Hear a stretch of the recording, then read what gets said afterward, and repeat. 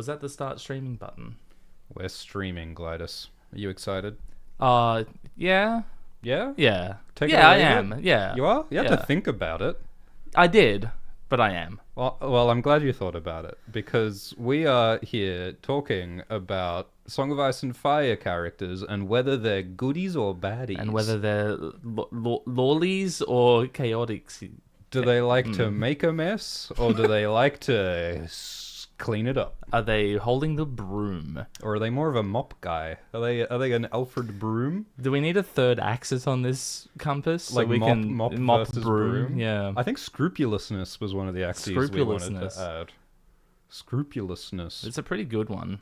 So we're continuing a series that we started 3 years ago. 3 years ago. 3 years ago. And we also last updated 3 years ago. There was a Hot D installment from like 2 years ago. I looking back, like we've got this beautiful chart on the screen that y'all can see. Looking back, I actually like vehemently disagree with some of our opinions from 3 years ago. And don't you worry, the comments section vehemently disagreed with it even more. I think that's like the mark of this being a good story, is that everyone has radically different, strong opinions on which of these characters are good and evil. And like often they're coherent and like make sense. Yeah. Like smart people can disagree about this story in thoughtful ways, also in dumb ways. I think a component of that, though, is the format. The alignment compass is inherently like fraught with disagreement. Yeah. Oh yeah. No one agrees on how to use this thing. Yeah, it's really difficult to apply labels like good, evil, lawful, chaotic to like anything, let alone the characters from the Game of Thrones books, who are like defined by a lot of like moral complexity and political complexity. So yeah, I mean, I think that's one of the things that we learned last time, was that people have very different opinions on what it means to be lawful versus chaotic. And I'm not going to claim to be the authority on that. Like, That's okay, I'm not like I'm not a big Gygax guy. Like, I haven't played a lot of D&D, and I know that like we may be applying this system, lawful, chaotic, good, evil, differently to how some people do. Yeah, well, there's no way to do it in a way that everyone's going to agree. Yeah, but I think our goal is just to have some like just figure out what's going on with some of these people, and are they good people? Are they bad people? Do they make mess, or are they tidy? The thing, like, we're using this system in a way it's not designed for. Like, you're not supposed to use the D&D moral alignment thing to talk about characters in set fiction. It's to, like, guide your actions in a TTRPG. However, Gary Gygax can't stop us. No. So we're gonna do it anyway. Welcome to the stream. Welcome, everyone. This is Character Alignments Part 2. I think that before we jump into these new characters that we want to talk about... After Effects is just going to let us know that it's saving. Thanks, Adobe. I would like to like issue... I'd like to make some redactions and some adjustments to our existing chart.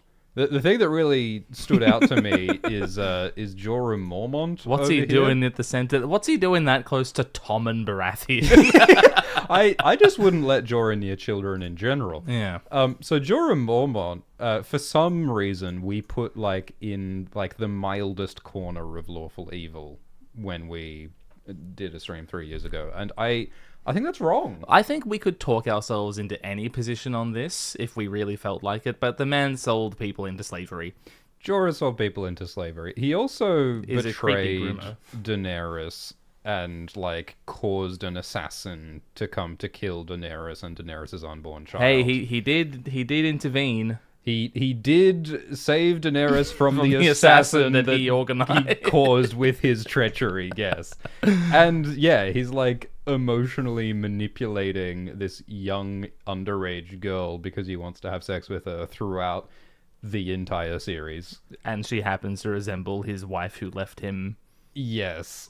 So like there's like he's evil. Like He's not a good guy. He's done a bunch of, and like what's the only good thing that he's like ever done is like help Daenerys, which he does for deeply impure reasons. Yeah.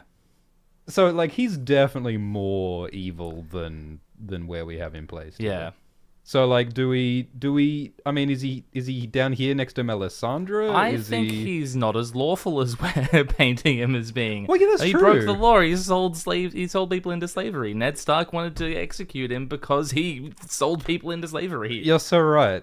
And he betrayed. He's done treachery. Yeah. He switched sides. He is chaotic. Like, he was working within the means of Robert Baratheon's edicts, like, you work for us and we'll let you back into Westeros at some point, I assume was, like, a part of their deal. But, like, that's treacherous. Well, just look at the wacky-ass life that this guy has led. Like, he's made some weird choices. And, like, stuff like, capturing Tyrion to try and get into Dany's good graces. That's and, like, not very lawful. well, chaotic is definitely a word I would use. Yeah, to describe I think Jorah. that's what makes him, at least, a lot of people hate Jorah entirely in the books, and I completely understand that. I think he's fun in the way that he causes shit to happen. Oh, he's fantastic as a character. Yeah.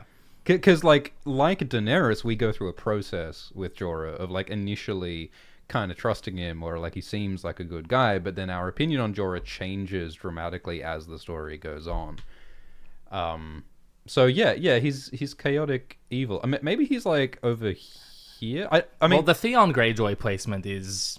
He did have two small boys killed to frame other boys as being killed. Yeah, I think that Theon and Tyrion are both more evil than Jorah. I mean, Tyrion says a lot more heinous stuff than Jorah does, and Tyrion thinks a lot of evil stuff. What Tyrion does isn't maybe as bad as what Jorah does. Although he does stew that singer. He sure does. And he assaults. Yep, there we go. All right. He got there, everyone. He figured it out. I didn't have to say it. Yeah, so Tyrion is more evil than Jorah. Yes. And so is Theon. Yeah. So I guess Jorah's up here, which doesn't look all that bad, but, like, the people below him are so monstrous. Yeah, this is logarithmic, people. yeah. The evil end of the scale goes up pretty far. Yeah, Euron Greyjoy is 10 times eviler than Qyburn. Oh boy. And so on. Yeah. Any other corrections you'd like to issue? I don't know. What stands out for you? I think there's, like, kind of an argument for Renly being more evil than... I mean, he's kind of a dunderhead. Like, yeah, like the reason we put all those children in the middle is because, like, they're not really moral actors yet. Yeah, Renly's on the children's table, because if we really hold Renly accountable for the thousands of people that he was about to have killed just because he wanted to steal his brother's throne, which is unlawful. It's unlawful, and I think it's very evil. Yeah. So, like, I think Renly, like, the consequences of Renly's behavior is very evil, but I think he just genuinely is a bit of a dunderhead. Yeah, I think he's just not quite bright enough to understand the depth of his actions. Yeah, which I think does make him less evil. But that depends on your moral philosophy, I guess. In a similar vein, what the hell is Robert Baratheon doing in the middle? Yeah, he's not in the middle, he's evil. This guy's evil. Cersei. Yeah. He impregnated a... How old was she when he was, like, in his 30s? And he, very young girl. And he loved killing. Like, let's not mince words. The guy loved killing. You can talk all day about how that's, like, part of the, the social order that he's in. But he was exceptionally enthusiastic about war and killing. Ned Stark is a part of that social order, and he loathes, like, he's not happy about killing people. Yeah, and again, you can talk all day about, like, well, if Ned does the bad violence but feels bad about it, is that different to doing being utilitarians? The violence? Yeah, it's too early to get into that. Oh my god. But yeah, you're right. Robert is more evil. I mean, Viserys is also more evil. I mean, you can make the dunderhead argument with him because he's clearly just unhinged. But he's like, he threatens to murder his pregnant sister. And he shows no compassion for anybody. And he has sex with slaves. And, like, he does a lot of bad things. But have you considered that I'm just a big fan of Harry Lloyd? Well, look, I think that's the main reason he's as high as he is. It's the main reason he's on any of our lists. No one else cares about Viserys Targaryen. I'm aware of that. We're doing the fake Viserys. We got to do it. All right. He's the real one to me. Are there any other, like, retractions that we want to make here. Stannis really wants to burn an innocent boy. I feel like Stannis is further towards evil, right? Yes. His I think on the lawful side, I think he's so pragmatic. Like, it's not as though he says he's obsessed with the law, but as we see time and time again, he bends to make things work. You could almost describe Stannis as amoral, because like he's so like utilitarian, and he just like but like he does whatever will result in the goal of him saving the world and getting the throne, And he thinks that that's a good thing. He thinks that that's morally good. But I feel like his motivation is less even to do with morality. It's more just about like duty, and also it's deeply emotional with him because he feels slighted by his brothers, and it's like an emotional thing of like wanting to be appreciated and wanting to prove himself deep down. I think it's got more to do with that than it's about like he cares about like the political order and he cares about the good of the realm. I feel like that's more of a justification. I mean, we're going deep into like psychoanalyzing a non-POV character here, but Like, perhaps the most complicated non-POV that there is. yeah. So I think he's lightly lawful. I think he's a little more evil, what with all the burning people alive thing. Yeah. It's kind of hard to get past that. And you know what? He does hang Theon Greyjoy. Oh, TWOW spoilers, sample chapter spoilers. He hangs Theon Greyjoy up like in the crucifix. He tortures. Yeah. And also, like, he is Melisandre's patron, and Melisandre is not a good person, you know?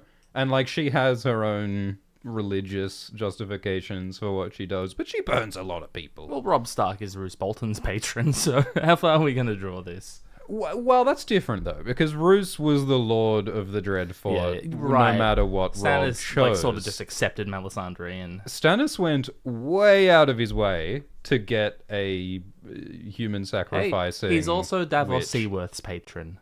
That's true. That's and true. you know, half the onion is rotten.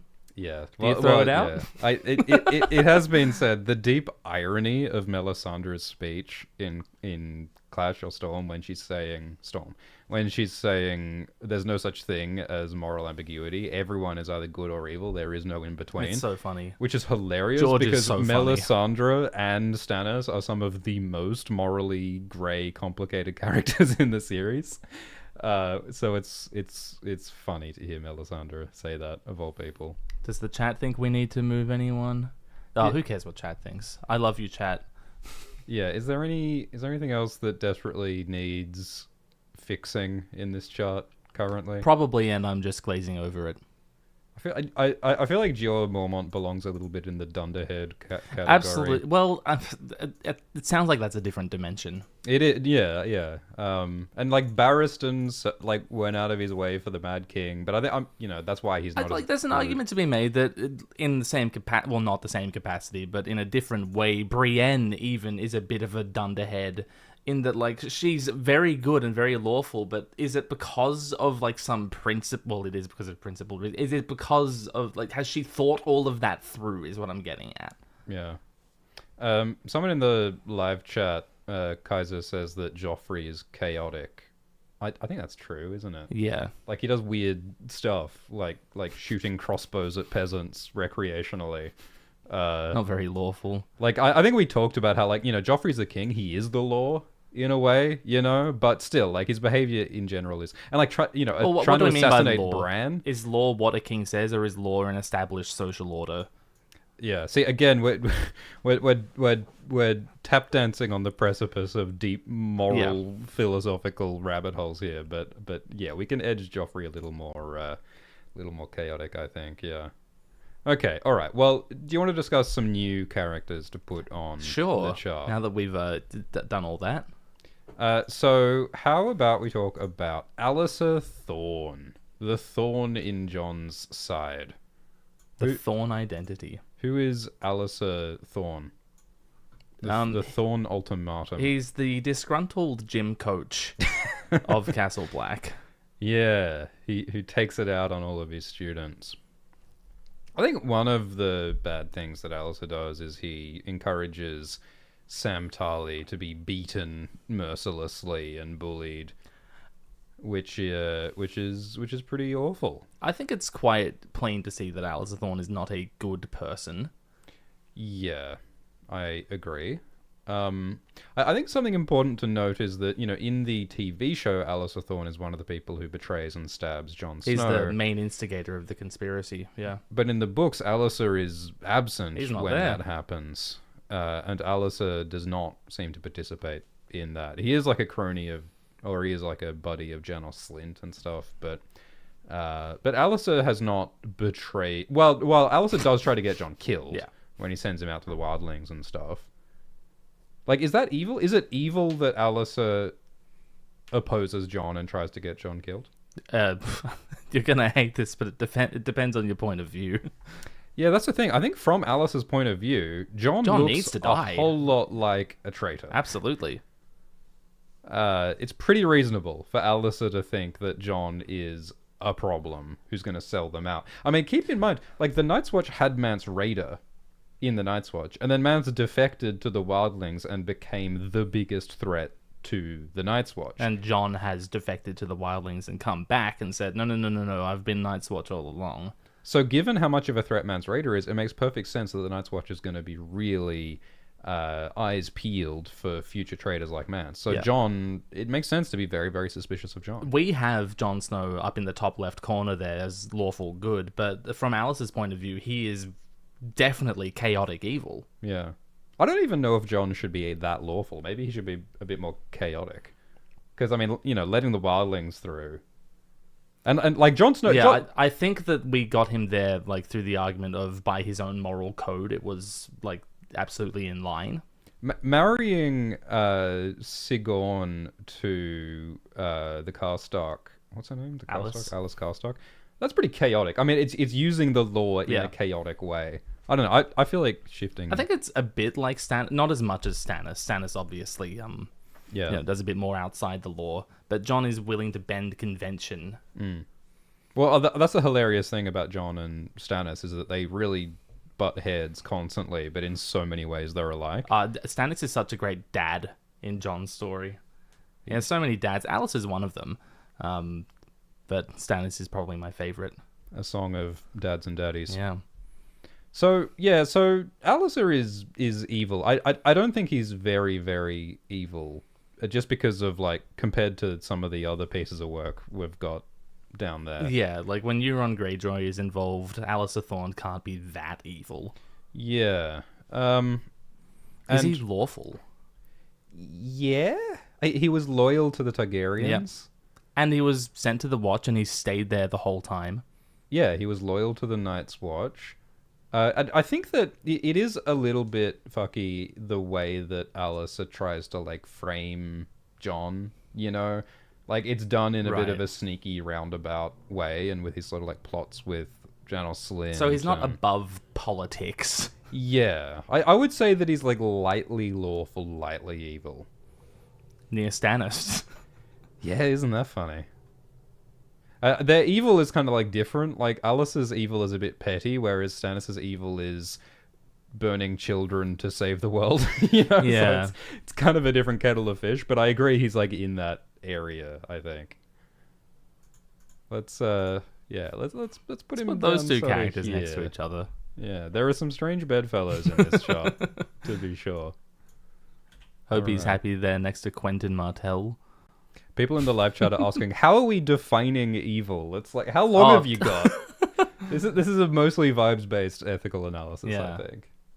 I think that if you murder people, you're evil. I think if you enjoy hurting people, you're evil. I think if you risk your own well-being for the well-being of others, you're good. If you value peace and prosperity and justice, you're good. Jon Snow and Eddard Stark murder people.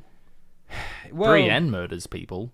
Well, the word murder implies I'm outside the bounds of the law. I'm doing a bit of stretching there. But, like, obviously that's, like, one of the key themes of the story is how do you be moral in an immoral political order? Which is one of the questions of our times. It's one of the questions of all times, I think. Yes. So, none of these answers are going to be simple. Want to talk about Bowen Marsh? Okay. Who's Bowen Marsh? Bowen Marsh. So if Alliser is the disgruntled gym coach, Bowen Marsh He's like the careers. He's the guy who's been there for like 40 years, and he's the only one who knows how like the Excel spreadsheet works. And he like organizes the inventory in the stationery cupboard, and he puts a lot of attention into color coding the sticky notes and alphabetically arranging the paper clips. And occasionally he'll kill the headmaster. And occasionally, well, I mean that's what's cool about Bowen Marsh, right? Is that he kills people? Well, it's cool that he like all he really wants to do is keep his head down. Yeah. He does not want. He's a career to bureaucrat. Do anything? Yes, he's a career bureaucrat, but he risks everything and does this extreme, outrageous act of stabbing Jon Snow and betraying his Lord Commander, which he does not want to do, but which he feels he must do to protect the institution that is his life. And Bowen has a lot of good reasons to feel that way. Because Jon lets the wildlings through, and then Jon gives that speech in the Shield Hall saying, I'm going to break my oath and ride to Winterfell and fight Ramsay with wildlings and possibly with Night's Watchmen. I'm like basically just destroying every tenet of the institution. Like, Bowen has every right to kill Jon. Every right. It's almost his obligation to kill Jon, given that the Lord Commander is breaking all the rules of the Watch. Lawful good. Put him next to Brienne. That's the thing. Like his vibes are extremely lawful, but he does this extremely unlawful thing by stabbing Jon. I mean, look, if he put Jon Snow on trial and then had Jon executed through some kind of like legalistic process, But that we're would sort be of fine. coming up against a Charles II thing here, aren't we? Like, who has the right to trial the king? Yeah, but I mean, like, the way that he killed Jon was a chaotic way. Like, stabbing him while a giant is providing a distraction at the end of dance. I mean, that's chaos. Not lawful. Yeah, and the way it's done, it certainly looks like it's supposed to cause a kerfuffle. Yeah, I mean, that's what's weird about that plot is that Bowen surely knows that he's going to die. Because Jon Snow just gave this speech, and thousands or hundreds of wildlings were cheering for him. They're personally loyal to Jon. Like, Jon just established that all these people are willing to fight and die by his side, and then Bowen goes up and openly, in front of everyone, stabs Jon. So Bowen must know that he's probably about to be torn apart by Borok the Boar, which, like, is self-sacrificing, right? I think that's incredibly brave and incredibly self-sacrificing that Bowen is willing to risk his life like that for what he believes in. Believe it or not, I've never actually thought about the knives for Jon from Bowen's perspective that much, and it's such a complicated action. That's crazy. Yeah. I don't think we've ever talked about the logistics time-wise of Jon's assassination. Like, do you think that Bowen had planned that in advance of the Shield Hall meeting, or was it they got out of the hall and Bowen was like, okay, we have to do this right now? Yeah, I think that, like, obviously, I don't think Bowen was planning to kill Jon at that time. If he had a better opportunity, like maybe it was like an Ides of March thing where they were trying to plan something a bit cleaner, something like symbolic and representative of the movement to get rid of who they view as a tyrant. Yeah. But because of the way politics was progressing, the situation was getting out of hand too quickly. They had to do something messier than they otherwise would have. Yeah. And of course, Jon's assassination is so obviously a mirror to Julius Caesar's assassination. Yeah. So that makes sense. Yeah, I think that, like, what's cool about Bowen's story is that it's a very gradual build-up. And Bowen does exactly the right thing by coming up to Jon and saying, hey, Lord Commander, I have concerns. I'm concerned that if you let all the wildlings over the wall, like, they will probably kill us. Like, you know, the Weeper is an evil torturer, murderer, mutilator. Maybe we can let some wildlings through, but we shouldn't let the evil raiders like the Weeper through. But Jon Snow says, yeah, no, we're letting everyone through, even the Weeper. So Bowen's like, he tried to negotiate, but Jon insisted on the most extreme course of action. And then Bowen's like, all right, here's another concern. We don't have enough food. We don't have enough food to feed just the Night's Watch Let alone guys. the Kingsmen, the Queensmen, all the wildlings. What are you talking about, Jon? And Jon Snow's like, nah, it'll be fine. And then Jon Snow goes off and secures a loan from Braavos, and he actually makes a deal to buy food, but he doesn't tell Bowen that. The guy who's supposed to, like, yeah. He doesn't tell the food guy that he bought a bunch of food. So as far as Bowen knows, Jon's plan is still for everybody to starve. So Jon sort of is acting like a dictator. Yeah, look, I mean, that's the tragedy of Jon Snow in Dance, is that he's making incredibly heroic choices, incredibly creative and smart choices to try to save the world, but Jon fails to communicate adequately, and he fails to play politics adequately, and that's why he gets killed by his own men. So, from Bowen's perspective, I think that his choice to assassinate Jon is super reasonable. That sounds weird. I think it's super reasonable. Yeah. And I think that, I do think that he was planning to assassinate Jon later in a more like controlled, safe way. But like when Jon unexpectedly made that Shield Hall speech and said he was riding south to fight Ramsay, Bowen had a choice where it's like, oh shit, we've got to move the timeline up a bit. We've either got to kill him now or let Jon ride off. And, it may have been in Bowen's personal interests to just let Jon ride off, right? Because if Jon left and the wildlings left, Bowen could just control the Night's Watch and like restore some semblance of normality at the maybe Watch. They'll all die fighting for Winterfell, and then the problem's just dealt with itself. Yeah, so I think that if Bowen was cowardly and if Bowen was selfish, he would have just let Jon ride south. But the fact that Bowen went out of his way and risked everything to kill Jon, I think indicates that Bowen was really acting for his beliefs and really believed that Jon must die for the good of the Night's Watch. Because like the other concern is that if the Lord Commander of the Night's Watch attacks the Warden of the North and the Boltons, then the Boltons will probably come up and wipe out the Night's Watch. Yeah, like that's one of the concerns. Yeah. And also Bowen Marsh got a letter from Tywin Lannister that was like talking about how like implying that the Night's Watch will only get support if the Night's Watch chooses Janos as Lord Commander. So like Bowen also has that on his mind, that like the king's family is demanding loyalty and doesn't want Jon. So like there's a whole lot of context that makes Bowen's decision making make sense to me. But is it good? Is it lawful? I think stabbing your boss out of the blue, it's not lawful. I think that Bowen's personality and his vibe... Like, here's the thing. If Bowen was a schemer, if he was a smart plotter, schemer, chaotic guy, he could have pulled off Jon's assassination in a smarter, sneakier way. No, this is a, like, regular guy who's been pushed to some limit.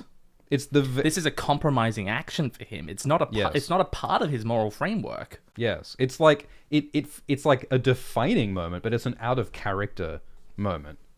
This is the first time in his life Bowen has ever done anything that wasn't scheduled on an MS Teams meeting 5 days in advance. Like, that's what this kind of guy is. This is the first time he's ever been impulsive in his life, and it's probably going to get him killed. So, where do we put him? I don't know where to put him. Well, yeah, like, for the most of his life, it sounds like this guy's quite lawful and sort of good.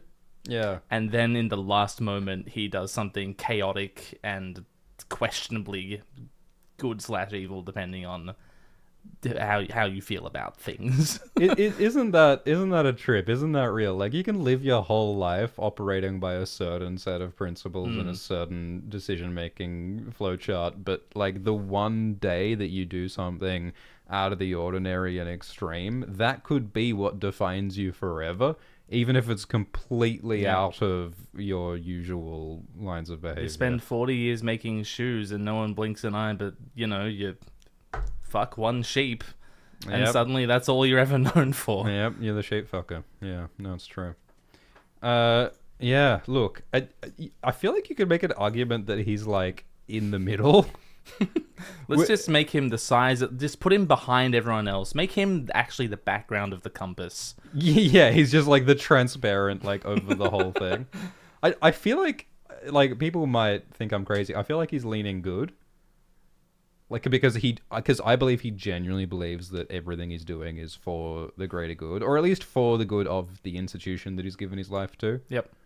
I mean, Bowen does sort of define himself by refusing to save the wildlings, and he does say some pretty harsh stuff about, no, let the women and children wildlings die. Yeah, that's not good. good. Like it's sort of an understandable perspective, but I mean, it's also it's also like racist is sort of, or at least like it's against the wildling people. Like he is prejudiced against the wildling people. I would put him further along the lawful, like maybe just above Stannis. That's where I would put him. Yeah, just for lack of room in the center. Yeah, okay. I'm pretty happy with that. It's conversations like this that leave us landing people in weird places. Like, because like all these positions on the chart, what we're not seeing here is the half hour we spent talking about Jorah Mormont, right? Yeah, it really needs a whole bunch of little dot points next to each one. Yeah, every single one of these needs an asterisk. Yeah, it's all asterisks. It's asterisks all the way down. Roose Bolton, however...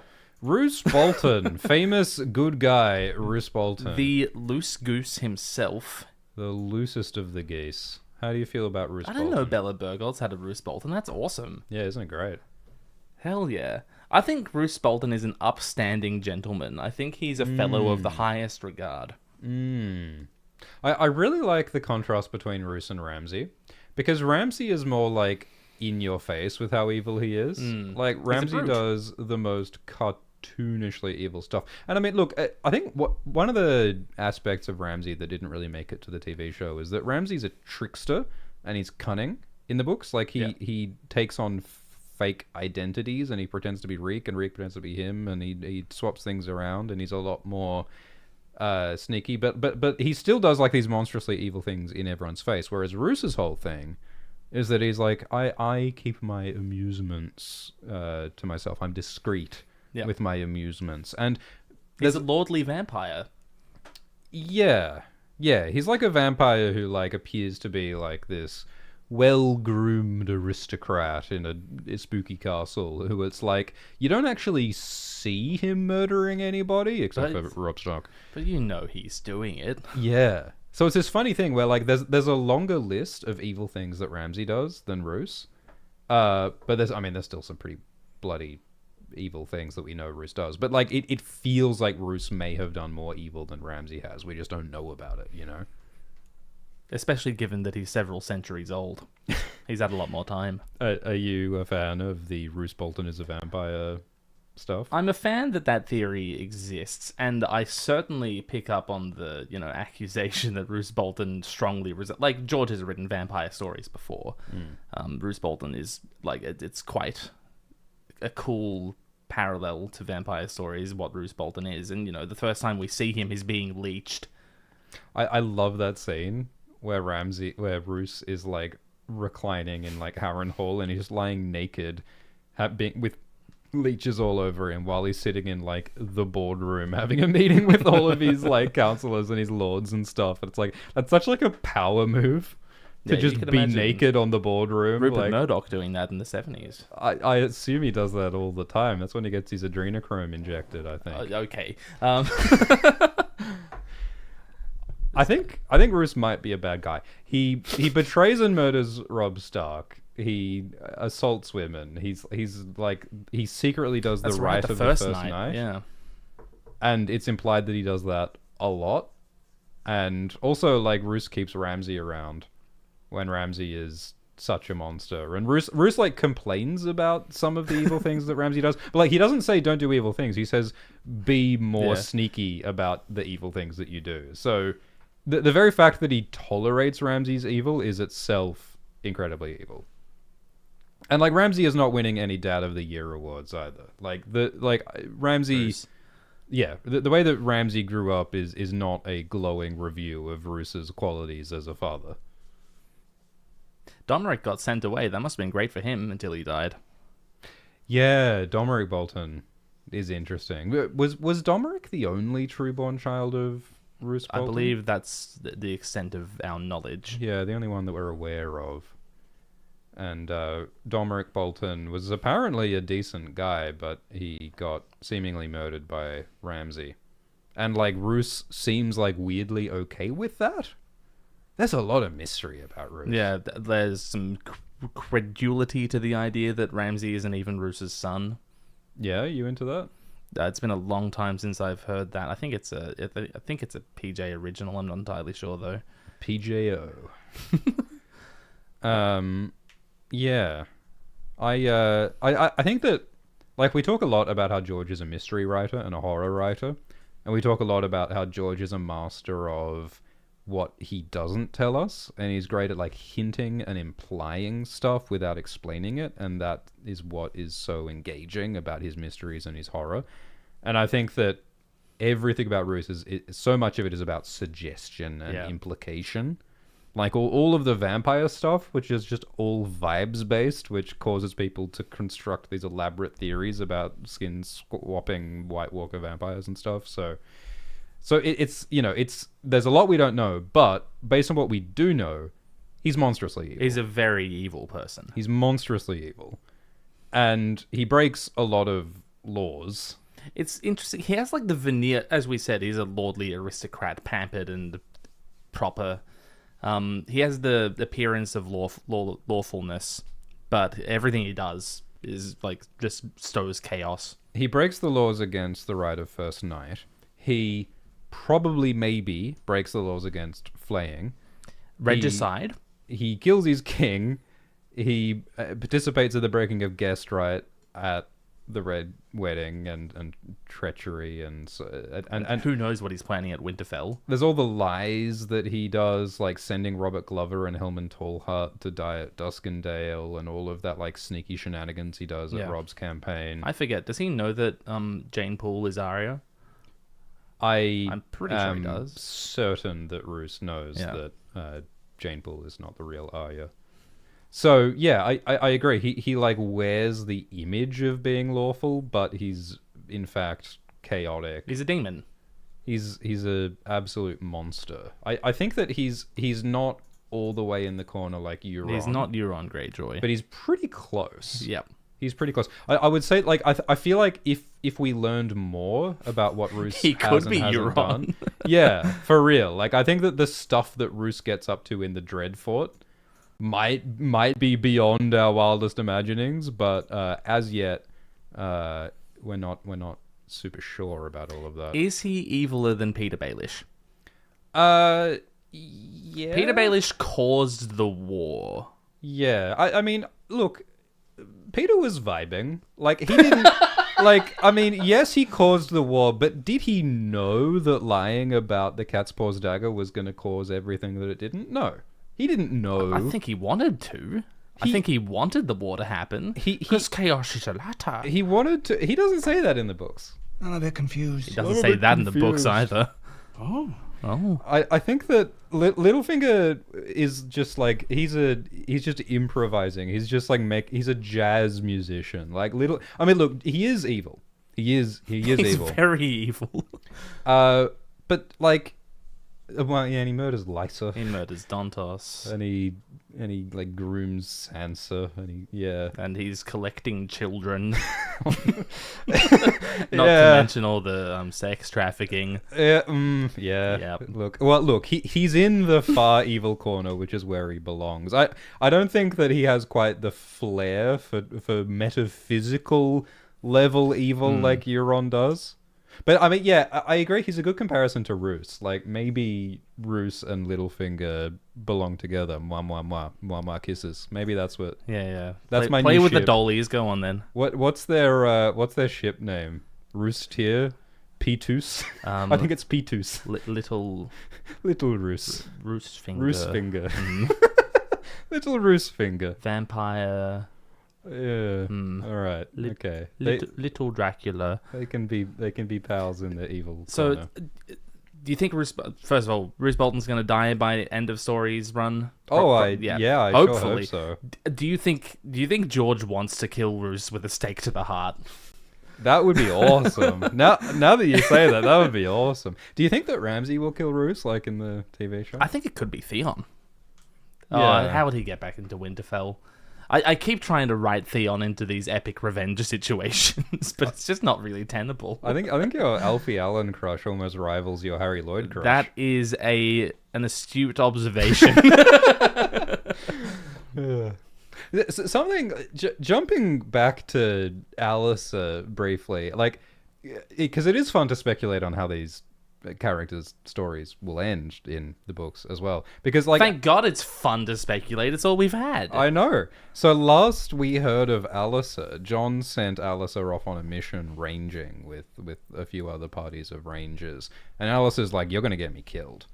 And Jon's like, no, go off and do the ranging, mate. And then Alliser says, all right, screw you. I'm coming back. I'm going to come back. And then Jon thinks, I've sent out 8 good men and Alliser. And what kind of man is Alliser going to turn out to be? So that's like the last we hear of Alliser in the books, is Jon thinking, I wonder if Alliser is going to pull through. I wonder if Alliser is going to be some horrible traitor, or if he's going to actually be for the good. I do love the idea that in the end he's loyal to the Lord Commander. Yeah. I think it would be really cool and interesting if ultimately Alliser... Like, he's never, like, a good guy. He's always a dick. He's always bitter and he's always cruel. But if he ultimately dies loyal to the Watch and loyal to LC Jon Snow, despite everything that's gone down between them, that would be interesting. A lot of things would be interesting. Yeah. And I also like the idea that Alliser might participate in some great ranging north with Jon Snow to do whatever White Walker shenanigans he has to do. Unlikely allies. Yeah, I think that would be cool and rad. For all these comparisons between book and show, I do want to just say that Owen Neal's, is that his name? I think it is. Owen Neal's Alliser Thorne. I love him so much. I think he's great. It's a great performance. And it's a different character. In a lot of regards, and I still think it's quite good. And as we've said, we enjoy what they did in the Game of Thrones TV show, where Alliser is heroic at the battle for the Wall, and he has a moment of grudging respect for Jon. Again, it's fun to see those unlikely allies, and it'd be cool to see that play out in the book as well. Yeah, agreed. Okay, how do you feel about Ramsay Bolton? I think that Ramsay Bolton might be the second most evil person in the entire story. Yeah, he really seems determined to just be as evil and to do... he just loves being evil. He's also, like, very creative about it. Like, the level of, like, psychological and physical disfigurement that he inflicts upon not only Theon but others as well is impossible to overstate. I mean, like, there's, because I'm sure everyone's familiar with, like, the TV show depiction of Ramsay, where he tortures and he murders. But in the books, it's even more grisly, some of the things that he does, which includes, like, hunting and raping women in the woods for sport. And he names all of his hunting dogs after the women who he has murdered. And he also does this stuff with, like, Lady Danella Hornwood, where he, like, forcibly marries Lady Danella Hornwood to steal her land. Starves her to the point of her eating herself. Yes. And his torture of Theon is even more grisly in the books than it is in the show. This is the sort of evil that unites an entire culture for generations. Yeah, which is why Roose is so pissed off, And he's... Like, there's nothing... Like, a lot of the characters in A Song of Ice and Fire, like, they do evil, but in, like, a complex way, or in, like, they have redeeming aspects, or they have, like, a philosophy behind it. You push a child out a window, but, you've got a really great arc later on. Yeah, Ramsay is not like that. Ramsay does not have justifications for what he does. Like, I think that there are questions to be asked around, like, I wonder what some of the influences were on Ramsay. What produced this thing? Yeah, it's interesting what Roose says. Like, Roose says that, like, the evil is in Ramsay's blood.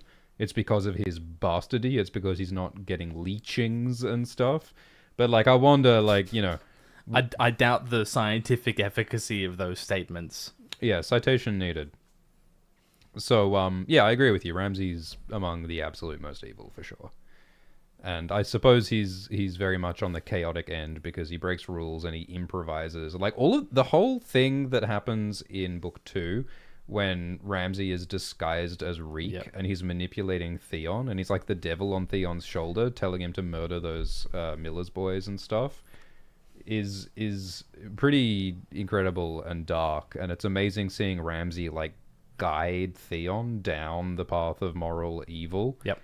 And making Theon feel like he has no choice. And then ultimately betraying Theon and framing Theon for the burning of Winterfell and burning Which, Smiler, the wonderful horse. He was supposed to, deliver Winterfell back to the Starks, and he destroyed it. Yeah, it's really cunning and creative and scary. And so evil. Yeah. So evil. Do you think that Euron is more creatively evil? Do you think Ramsay would think of, now, if I get the Kraken to fuck the dragon? Yeah, well, that's the thing. Like, if Ramsay knew about the possibilities of like magic and blood sacrifice, like I think he's maybe too dumb or ignorant to grasp that stuff. Like, I think that Euron is smarter than Ramsay. He's certainly more aware than Ramsay. Yeah, I think that like if Ramsay could do the things that Euron does, he would. I mean, I don't know if he could pull them off. Like I mean, some of the evil things that like Euron does, like cutting off Pyat Pree's legs and then feeding them to his friends. Sounds pretty Ramsay. Like burning the eyes out of those priests and tying his and also he assaults his own brothers. If you told me children. Ramsay did those things, I would completely believe you. Yeah. They both have such a colorful laundry list of atrocities that they've committed. It's sort of hard to compare them, but look, they deserve each other in that far corner of What's evil. their I ship think. name? Ramron. Wow, that's awful. Yeah, I hate it. Crow Snow. Sounds like a Harry Potter fanfic I read Crow once. Snow. Snow, because he's a bastard. Snow Eye Patch bastard. You want to talk about Small Paul? Oh, I want to add to our soundboard. soundboard Emma Darcy saying, "Those bastards." Oh, that's great from the We've E gotta video. add that. That was so funny. Those bastards. Do you want to talk about Small Paul? I'd love to talk about Small Paul. I was I'm surprised. so happy that you let me put this on the list. I honestly, you're gonna have to remind us all who Small Paul is. What do you mean? Well, he's the zombie who Sam has to kill. Yeah, isn't he is. Yeah. Well, before that, he's a gentle giant sort of trope. Okay. I consider him something of a Hodor echo. He's not quite as disabled as Hodor, in that he can say more than just his name. But he is way too strong. He doesn't know his strength is the sort of vibe. I love this detail that he really wants Mormont. He's on board with Chet's conspiracy to mutiny at the Fist. But he seems to be in it because he wants Mormont's Raven. Oh yeah. He's a big fan of the Raven. He's like, I want to take care of this Raven, and it's adorable. Yeah, I remember. That is so cute. And that doesn't pan out because Chet's conspiracy fails, and the fight of the Fist happens, and Small Paul does die while protecting Sam and Gren. And then later on, I think after the mutiny at Craster's, is it? When the dead roll through, Paul is the white that Sam has to fight off, and he learns that Dragonglass doesn't kill whites, but fire does. Yeah. Well, I mean, that is such a morally complicated question. Is this intellectually limited person who participates in a treasonous plot because he wants a pet bird? Where do we put that, Immanuel Kant? How do we rank that? Not really equipped for this one, are we? It's wrong to participate in treason and to plot against Jael. But I mean, the other was complexity. Ned Stark wrong to participate in treason? Yeah. Well, that's the thing, is that I think we've talked about how Lord Commander Jael Mormont is making a really bad decision. He's a dum-dum. He's a dunderhead. It was really dumb of Jorah to take all the Night's Watch strength away from the wall, which is their one advantage against the Wildlings and against the White Walkers. And Jael's bad decision making leads to a crippling blow against the Night's Watch on the Fist. And they're still reeling from that. So, I agree. For similar reasons for why Ned and Robert betrayed... Yeah, was Chet wrong? I mean, Chet's motivations were completely selfish, but, was overthrowing Gior a bad idea? I don't think so. Yeah. Yeah, I mean, it's similar to, Bowen Marsh and John. Yeah, Bowen's perspective bringing down John. And like to a lesser extent, like, you know, Ned and Robert bringing down Aerys. You know, And one of the stories of the Night's Watch I think the only other story of the Night's Watch bringing down its own Lord Commander was completely justified in the Night's King. I mean, this is American literature, and like the founding myth of America is that great time that we rebelled against our rulers and it was awesome and justified. Like that is like Americans love that shit. So that's like part of the context here. They put all the tea in the ocean and stuff. It was awesome. It was awesome, you guys. You should have been there. It's not an anti-treason story. It's not an anti-rebellion story. Have you seen Star Wars? That's the other great American myth. Yeah. They love rebellions. They love rebellions. They're all about them. So, yeah, I mean, was Small Paul heroically rebelling? I think the thing is that Small Paul is not cognizant of any of these complexities. No, he's been told that there's an opportunity to get rid of Mormont, and he thinks, ooh, I could have the bird. I could have a feathered friend. Oh, there might be a bit more to his motivations, but I can't remember. It's Small Paul. What do you want from me? Well, of course, have you considered that Bloodraven was in fact manipulating Small Paul through the Raven yeah, in of order course. to achieve the great conspiracy? Yeah, where Bloodraven just wants... that corn doesn't grow north of the wall. That's amazing. So that's why Bloodraven needs the wall to fall. The wall Winterfell. You see, wall fall, Winterfell. So that he can have a corn trading route. It's all to about his cave. It's all about the Trans-Summer Sea maize trade. He's got contacts in Lang. Where do you think corn grows? I've come to terms with that by corn, George actually means corn, because I think the word sweet corn is used in the books. So I'm not coping anymore and saying that it's peppercorn. It's corn. Where does it grow? From the ground, Glidus. Oh. Do you think it's like? Do you think it's like imported from Essos? Could grow in the Reach. Yeah, it's probably in the Reach, isn't it? It's probably in the Reach. Everything's in the Reach. They've got everything. It's like how like lizard lions seem to be alligators, but there is also alligators separately mentioned. So it's like, are lizard lions and alligators the same, or are they different? Because there's lizard lions in Tough Voyaging that are like fantastical creatures that are different to any real world animals. So like, are the lizard lions in ASOIAF the same as Tough Voyaging lizard lions, or are they same as normal alligators? Look, these are just the questions that keep me up at night, okay? In the case of same author, same word, I'm going to assume that lizard lions are what they are in Tough Voyaging.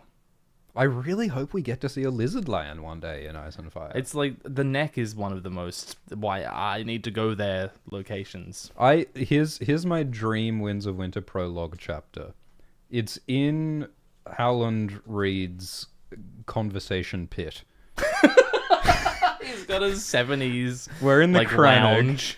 He's got like a 2 foot shag pile bright orange carpet. And he's just like smoking hemp with Mage Mormont and Galbert Glover and like the whole Shara Dane. and a Shara Dane and Arthur Dane, and they're all just like passing it around and discussing how they're gonna crown Jon as the king in the north Because they have Rob's will. And it's just gonna be awesome. And like Diana Reed is a Shara Dane, and they just have a good time in the swamp. Just like prologue swamp interior. That's Cut just the to opening swamp. of Winds. Cut to swamp. That would be awesome. Okay, but where are we putting Small Paul? Oh no! Put him in the swamp. The swamp. Can we put them in the moral swamp of moral ambiguity? Yeah. That's sort of what the center is, isn't it? Yeah, Like the Small swamp. Paul. I mean, Put him in the swamp. Look, I mean, like, if you're not able to make informed choices, then you can't make moral actions, right? And like, I don't know to what extent Small Paul is able to make informed moral choices, but like his ability to make informed choices is limited, which I think makes him just inherently more of a center. Yeah. Like if he doesn't fully understand the context of what he's doing, then he can't make fully morally informed choices. Therefore, he's more towards the center. Does that make sense? Yes. And I just wanted to talk about Small Paul for once. Me too. Me too, bro. All right, I think like it's got to be more towards chaotic because like doing a rebellion to get a bird is a fairly chaotic action. But he saves Sam and Gren from another, Yeah. so he's good. And like when He's he a good participates in the rebellion, like is he even like thinking they're gonna murder my friends? Like probably not, right? No, I think it's we're gonna get the bird. So he's probably like quite good, isn't he? Maybe he's like here. You happy with that? Yeah, sure. I'm happy he's on there at all. All right, cool. All right, well, now let's talk about one of the most unambiguous, straightforward, simple characters in A Song of Ice and Fire, Quaithe, the Masked Shadowbinder. Who is? You'll have to remind me who this is. I've only seen Game of Thrones. Oh, well, This character's not in Game of Thrones.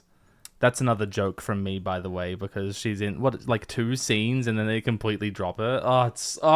Game of Thrones! It's funny. I think that I might like lightly disagree with you and some people on that because I've seen a lot of people who watch the Game of Thrones show and they see Quaithe appear in season 2 who just like turns up, says some like sort of cryptic advice to Jorah and then never appears again. And I've seen some people say that like, oh, that's an unfinished plot line. That's like an abandoned plot thread. And like to me, like in my reading of the Game of Thrones show, it seems to me that like Quaithe is just performing the role of a tertiary character, being someone who appears, offers some advice, offers some input, is a scene partner for Jorah to like consider some of Jorah's motivations and then leaves. Like I don't feel like that's not an actually abandoned plot thread. I feel like that's just she served her function in that show. Yeah, I don't disagree with that actually. The only reason you would think that Quaithe is an unfinished plot thread is that you're aware of the books. Yes. In the books, Quaithe is something that requires more revelation. In the same way that, like, you wouldn't be upset that Catelyn Stark never comes back as a zombie if you hadn't read the epilogue of A Storm of Swords. Yeah. Well, that's the sort of... I mean, it's really interesting, like, if you sort of, like, do that curve of how angry people... If your axes are... How angry people are about how Game of Thrones ended versus how exposed they are or aware they are of the Game of Thrones books. Because I feel like there are people out there, there are lots of people out there who really enjoyed Game of Thrones Season 8.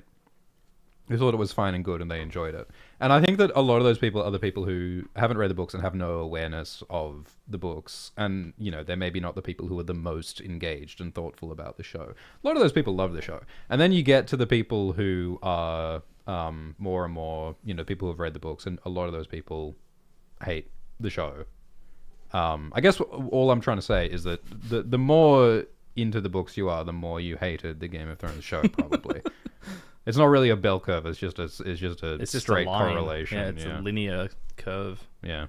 Anyway, so who is Quaithe in the books? So Quaithe is a person who, like, in the books, like Daenerys is at this city, Vase Tolero, and she's survived the Red Waste, and she's leading her ragged band of Dothraki, and she, like, kind of thinks she's Jesus, because she's following the Red Comet, Star of Bethlehem, and she's performed a miracle birthing the dragons. And then, like, Quaithe rocks up on a camel. She just, like, scoots in on a dromedary and says, "What's up, losers? Get on my humps. We're going shopping." Yeah. We're going shopping. And she rocks up with Xaro and Daxos and Pyat Pree, and she's like, "We're from Karth, and we want to see your dragons. Show us your lizards, girly." I guess when you phrase it as Daenerys thinks she's Jesus, that's sort of a 3 wise men moment, isn't it? It is. They don't come bearing gifts, though, unfortunately. They just come with camels. Are camels not a gift unto themselves? Well, Daenerys doesn't get the camels. No, but their presence is a gift. Camels are wonderful creatures. We're not questioning whether or not camels are wonderful creatures. Are you sure? Because they're not on the morality alignment chart, and I think that they should be. We should just start adding... Camels are a lawful good creature. Are they? I think so. Oh, they have some... They have a bit of a demon in them, I suppose. They've got that. They've got the llama blood. Yeah, do they spit? Do camels spit? Yeah, they do a bit of spitting. So... I think... So Quaithe brings Daenerys to Karth, and, you know, Xaro and Pyat and all the people of Karth are like, "Yeah, Daenerys, you're the best. You should, like, hang out here with us forever in You should Karth. come party. Come party." And Quaithe stands out because while everyone else is trying to like get Daenerys into their clutches and trying to get her dragons and get her prestige, Quaithe just like turns up and just says random cryptic stuff that no one understands. She talks about like, oh, Daenerys, to go forwards you must go back, and to reach the west you must journey east. And Daenerys is like, do you want me to go to a Shai? And Quaithe is like, yeah, sure, maybe. And then like disappears in a puff of smoke. And then like Daenerys like has a bath in Marine, and Quaithe's like, hi, and Daenerys is like, shit, what? Like, and then like it's like she's dreaming. Like Quaithe seems to maybe have a glass candle, and she's entering Daenerys' dreams and saying things like, you should beware the perfumed seneschal. And Daenerys is like, excuse me, what? And then like Daenerys takes mushrooms in the Dothraki Sea. Yeah, can you pass the conditioner? And then like Daenerys has a dream of Quaithe, where Quaithe's like, you should be a fiery Targaryen. Except like we don't even know if Quaithe is actually saying that, or if it's just Daenerys tripping. Yeah, because she hallucinates Jorah and Viserys as well. So like it's extremely ambiguous who Quaithe is or what she wants. And there are theories about maybe she's Shiera Seastar, maybe she's Alyssa Farman, maybe she's David Benioff in drag. Like there's many theories. Like why does she wear a mask? Where is she from a Shai like Melisandre? Is she time traveling Melisandre? Huh? Is she Euron? I don't know. What do you think about Quaithe? Well, you summed it up real slow right there. She's like she's. Who do you think I am? Old Shift X? We're not here to be concise. Yeah, that guy's concise. Didn't he make a 40-minute video about House of the Dragons? Anyway, yeah, she's cryptic as all get out. Actually, more cryptic than all get out. No, that's concise. So I think like one of the questions is, what does Quaithe want? And I think that Quaithe seems to want Daenerys to get a move on. Like Yeah. Quaithe tells Daenerys to leave Karth, and she seems to be saying go to Westeros and fulfill your Embrace destiny Targaryen as a identity. Targaryen. Yeah, embrace the dragon blood, embrace the fire. Do you think Quaithe is just Bloodraven in a magic disguise? That actually would make some sense, maybe. Because like people have theorized about Quaithe working with Bloodraven, Yeah, that's what the Shiera thing sort of leans to. because they do seem to want the same thing. Or maybe she's working with like Marwyn. Maybe it's Marwyn in drag. I don't know. I think Marwyn's... Because he's got a glass candle. Like I think the glass Yeah. candle thing is like the biggest hint of like what she is. She seems to lean maybe a little bit evil just because Quaithe does seem maybe to be encouraging Daenerys to lean into some of those like fiery, magical, fiery, bloody... conquest side of things. Yeah, and I think that pushing Daenerys towards those things is inherently chaotic.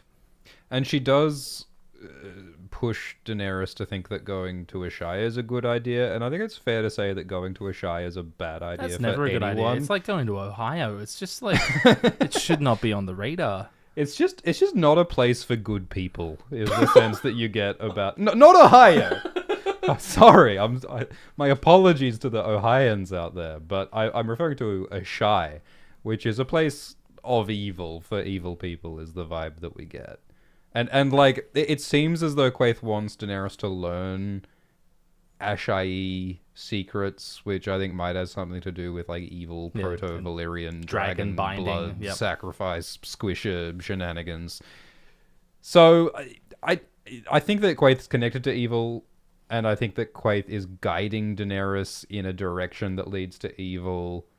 And she's also, like, manipulative. Like, it's not clear why she's as cryptic as she is. I think, honestly, the reason why Quaithe is so cryptic is that George Martin hadn't decided what Daenerys' plot was going to be yet. Yeah, there's that moment in the Game of Thrones where Jorah's like, we should go to a Shai. And it's like, what the fuck was Jorah talking about? Yeah.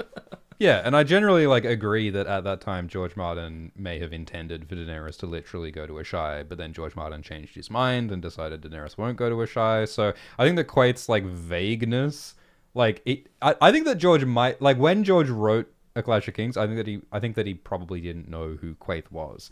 Like, I don't think Alyssa Farman existed, or even Shiera Seastar, I don't think existed when George was writing Quaithe for the first time.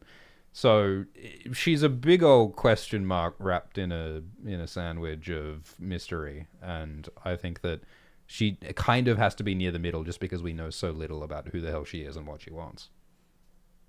So why did I insist on putting her on this chart for the stream? That's a great question. I guess I just wanted to talk about Quaithe. There you go. All right. Turns out that that's what the framework of any of these streams is. We just want to talk about it. I guess she's like lightly chaotic evil is kind of where she goes, I think. It remains to be seen. That's too early to like. Most characters we don't know exactly what they're after. Quaithe, we definitely have no idea what she's after. Like, there's no. We can have some educated guesses, but there's no definitive knowledge. Pyat Pree is a little easier because he tries to feed Daenerys to the immortal, undying zombies who want to eat her face. So now, who are you to say that that's evil? I'd say it's questionable, at least, you know. And Pyat also tries to. He sends that like Manticore, sorrowful man assassin to kill Daenerys. I mean, Daenerys did burn down Pyat's house, so I guess that's like semi-understandable. But he seems like not a great guy, is sort of where I'm at. Nah, I could go for a drink with him. Yeah. Yeah. He's definitely trying to lure this teenage girl into his like opium den so that she can have her soul sucked out. Is sort of what he does. Okay, you're making your case a bit stronger now. Yeah. Yeah. Is he lawful or chaotic? I mean, I think he's a bit chaotic. I mean, dude rides a camel. Like, can you be lawful and ride a camel? Yeah. I think he's. Is he here? Is he here? Is he there? I think he's eviler than Jorah Mormont. But I actually don't know. I just think I feel it. I don't know it. Like, we don't really know how much Pyat Pree knows about the Undying, because, like, Pyat Pree's a warlock who works with the Undying, but he's not one of the immortal people who lives in, like, the Heart Room being immortal, and it's like, I wonder how much Pyat Pree knows about the Undying. Yeah, a lot of George's other science fiction works featuring hive minds have agents of the hive mind who aren't themselves entirely cognizant of what the hive mind is and does. Yeah, I sort of imagine the Undying as a sort of a multi-level marketing scheme where Pyat Pree's like a recruiter who's like doing the dirty He's work trying for the to Undying. climb the ladder, yeah. Yeah, like I imagine that Pyat Pree's goal is to become one of the Undying And if Daenerys himself. signs up 10 friends... Yeah, for real. He's like one of those guys who stands outside the Scientology building saying, would you like a free personality test? We're going to measure how many glurons you've got. Right, but instead of that, he's offering drugs to teenage girls.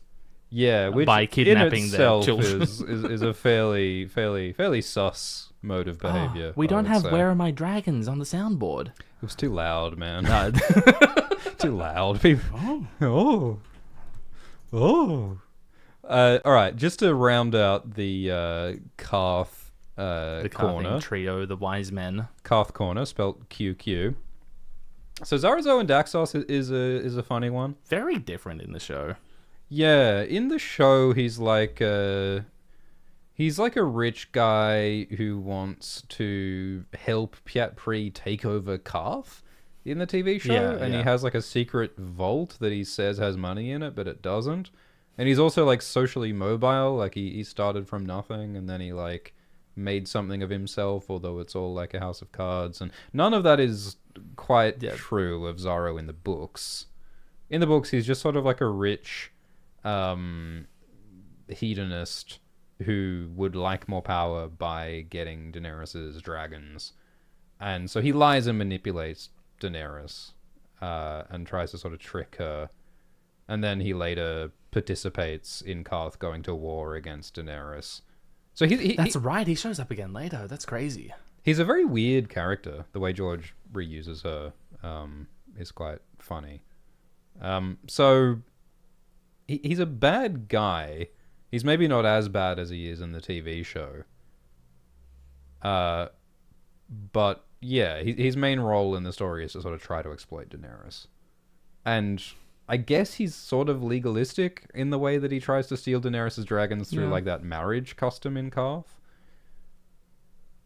So I guess he's not all that chaotic. Like, and in Dance, he sort of is operating as a representative of Karth, sort of following the rules and expectations of Karth. So I guess he's like lightly lawful evil. Does that sound right? Well, lawful is an interesting one because, I mean, what does he plan to do with dragons?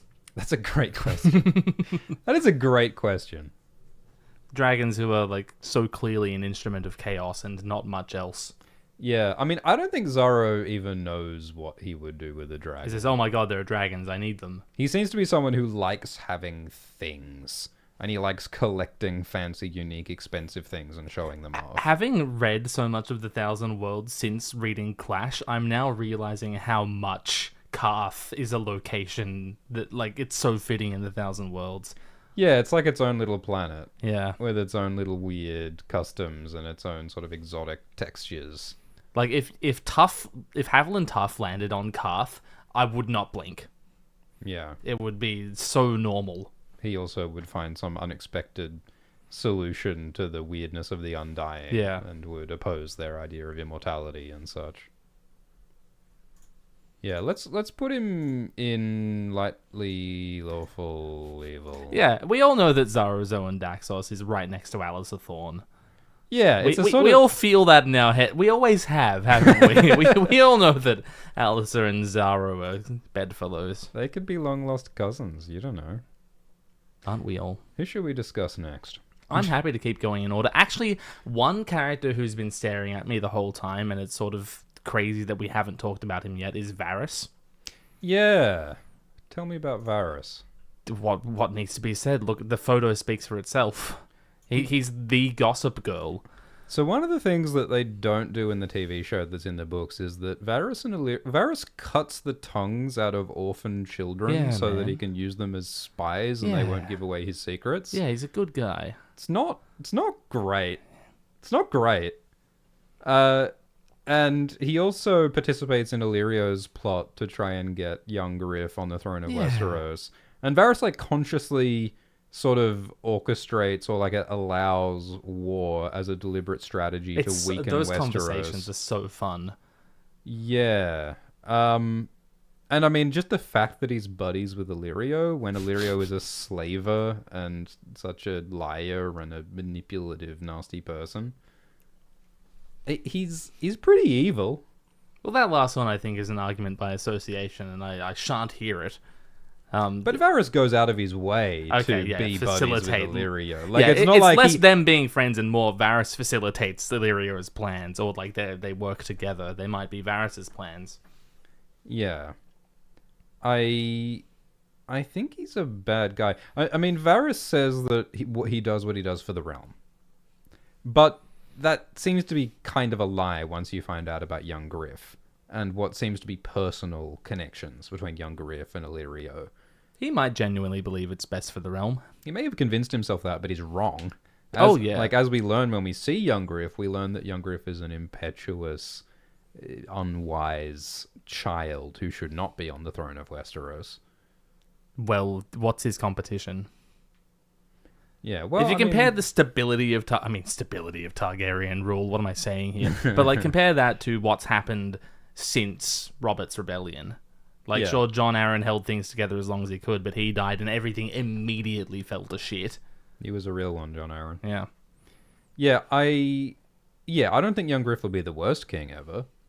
I think that Jon Snow is honestly would be a pretty great. He's such a fanboy king. I think George is a big fanboy of Jon Snow as well. Yeah. I mean, notwithstanding the fact that Jon got murdered because he failed to communicate to his subordinates adequately, but putting that aside, I think Jon would be a pretty good king. I think that's George like having that can still be a soft spot. Like, oh, he's a tragic figure of if only he. It's the sort of thing that George would still view as virtuous. There we go. I found it. Varys arranges the assassin who tries to poison Daenerys and her unborn child. That's not a great thing. The child who was promised to conquer the entire world and enslave millions of people. Well, yeah. Varys worked with the Mad King, for a long time and was his like master of whisperers and like maybe tried to help make him go insane. Probably, maybe. Like he was there with like what was Varys doing when Aerys was like putting wildfire all across the city? Standing in the corner. Yeah. I think sort of enjoying it. Well, I don't know about enjoying it, but like benefiting from it. Yeah, but I mean, if Varys wants young Griff to be king in King's Landing, what is Varys's plan with the wildfire? Use it. But it's there to blow up King's Landing. It's under all the buildings. Use it in case. There we go. Yeah, he's evil. He's evil. Oh yes, I'm being a dick here. Varys is evil. He's evil, and he's in like the chaotic area because he's so treacherous and sneaky and breaks rules and assassinates. The thing with Varys is like if you're willing to believe different things he says, you could actually put him wherever you want on this chart. Yeah, like I mean, one argument you can make is that Varys genuinely believes that what he's doing is for the greater good of the realm, and so everything's in service of that, and so he's justified. The Stannis Baratheon route. Yeah, but I mean, look, dude rips tongues out of children, so... Yeah, surely you could do good for the realm without ripping tongues out of children.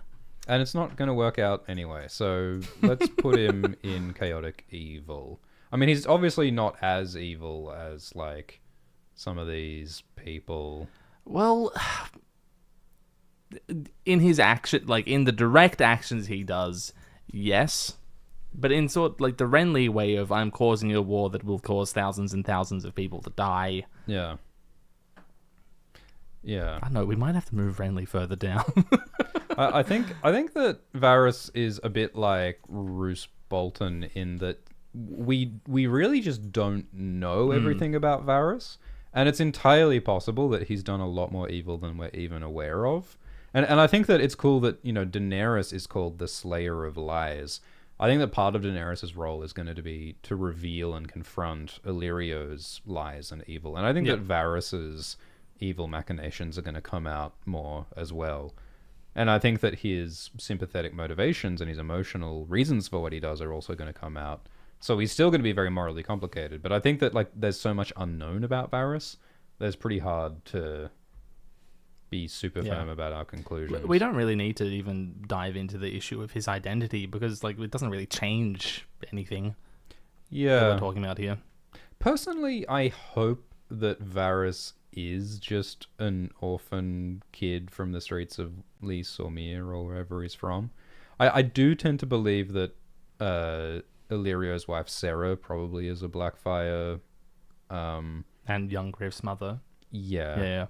I do tend to believe that. I don't think we need more secret young Blackfires. Griff and Varys to be secret Blackfires, but I do think it's possible. It's a compelling theory because, you know, it explains his boldness and the castration. Yeah, you're saying like Varys's cock was cut off to prevent the Blackfire line continuing? Yeah. And you know, the story of the sorcerer, like it rings of Bloodraven. So like it's a compelling theory, but I'm not married to it. And the dragon's blood, the king's blood in Varys Blackfire's blood would have made the blood sacrifice powerful for the sorcerer. Yeah. So yeah, I don't think that Alt Shift X even included that idea in the Alt Shift X Varys video. Oh, well, that was from 10,000 years ago. Another common Alt Shift X L. Yeah. Classic Alt Shift X blunder. Too common. Should we talk about Illyrio then? Well, we're in the area, yeah. While we're in Pentos? The cheesemonger himself. So what else can you monger? Fish, cheese, fishmonger, war? cheesemonger, warmonger. True. And he might be all three. Can you be a peacemonger? I hope so. I aspire to be a peacemonger. I've always thought of myself as a Weetabixmonger. I'll believe that. I think that Illyrio is similar to Varys, but probably more evil. Partly because of the slavery. And partly because of vibes. Yeah, no, I get that. I mean, it's funny because like Illyrio may well have more sympathetic, emotional motivations, what with his wife maybe being a Blackfire and young Griff maybe being his son. So there might actually be more like relatable motivations with Illyrio, but I think that he's a more evil person. And also like he sold Daenerys, this into child, marital slavery. Yep. into marital slavery. And you know, Varys was also across involved that, in that, yeah. But Illyrio was the one who did it. He did it. And at the same time, he did house these orphaned children. only for his so own that benefit. He could sell them into slavery. Also, just the fact that Illyrio is so cozy with the Dothraki. Like, Illyrio has, like, a big apartment for Drogo, like, in Pentos, just to keep Khal Drogo happy. There's a lot of real politic involved in that, though. Yeah, but it's like, I feel like people who make friends with Khal Drogo are bad people. And, like, I know there's a lot of different... You know, you can argue that the Pentoshi had to do that so that the Dothraki didn't attack them. But, like, come on. Like placating tyrants with real estate, it seems bad to me. Okay. I mean, it sounds bad. But so does your city being razed. I guess he's, like, here? Chaos... Yeah, well, maybe he's not that... I mean, he breaks the law against slavery. He lies constantly. He betrays people constantly. Is Pentos a slave-free city? Yeah, one of the lines, I think in Daenerys' first chapter, says that there were no slaves in Pentos. Except for the ones... Nonetheless, yes, there were slaves. Okay. Which I think implies that Illyrio might even be, like... Not only is he breaking the law, but he might be unusually enthusiastic about slavery compared to his fellow Pentoshi magisters. Yeah. So I guess he's kind of around here. But again, there's a lot that we don't know, so it's hard to say. Yes. It's hard to say. Boy, a lot of these characters are stacking up along the chaotic evil area. Yeah. Shall we talk about someone a bit less clear-cut as a chaotic evil agent in Edmure Tully? Edmure Tully. Oh, we love Edmure. Well, I do at least. Yeah? Why do you love Edmure? He's just, he's a case of a nobleman in the story who does seem genuinely concerned for the plight of the common man. Yeah. Yeah, his iconic moment is when he brings a bunch of common people into Riverrun to protect them. And Catelyn says, but that's bad because this is going to be inconvenient for our siege and the war and like it's going to be a pain in the ass. But Edmure says they were hungry, they were scared, so I protected them because I'm their lord. And it's like, oh. Base department calling? He's one of it's for you? He's one of the very few like highborn of Westeros who are actually like prioritizing the good of the many instead of the privileged few. And that moment makes Catelyn look real bad as well. It does. The fact that Catelyn's like, that's egg on her face. You idiot. Why are you trying to help innocent people, you dum-dum? And Edmure is a dum-dum. He is a dunderhead, yes. He messes up pretty much everything that he does. I'm in his camp, though. I'm on his side concerning the whole mill debacle. I think that's a failure. Like Jon had a failure to communicate with his subordinates, I think Robb really fumbled that one. I don't think it was Edmure's fault. I lightly agree with that. So that's the thing where like Robb went west and attacked the Westerlands, hoping to draw Tywin Lannister's army into the west. And then Edmure fucked him up. He beat the shit out of him and ruined Robb's plans. Yeah, so Robb gets really angry at Edmure because Edmure fought the Lannisters at the Red and Fort. won really awesomely. I mean, he did win pretty awesomely. Yeah, it was epic. You should have been there. But like the one time that Edmure wins a battle, it ruins a disaster. It fucking for loses Robb's the plan. war for Robb. Yeah. and leads to his death. And I agree, like Robb should have just told Edmure the plan and then it might have worked out better. Robb is, however, 15. Yeah. Yeah. He's not had a lot of experience in being in upper management. So, can I really blame Robb? I mean, he did that. It's a thing that he failed to do, but also he's a kid. Yeah. But Edmure, like, throughout the war just makes mistakes. He also, like, he's kind of selfish, like, when it gets agreed that Edmure is going to marry a Frey in Rob's place. Yeah. And Edmure, like, at length is going, well, I hope it's not an ugly Frey. I mean, I'll agree to it, but, ooh, I don't want an ugly wife. And it's like, Edmure, this is for the survival of our kingdoms. Like, this is, like, high-stakes stuff. And he's, like, worried about, like, the hotness. No, he's got to spend the rest of his life with this person. It's understandable and relatable, but I think that he's quite focused on his own selfish needs instead of the broader context of like their political survival. Well, he's going to be marrying a Frey either way. The alliance is going to happen either way. He's just trying to get the most out of it that he possibly can. I don't think that that's that wrong. Yeah, well, I mean, fixating on the hotness of these, like most of them are teenagers.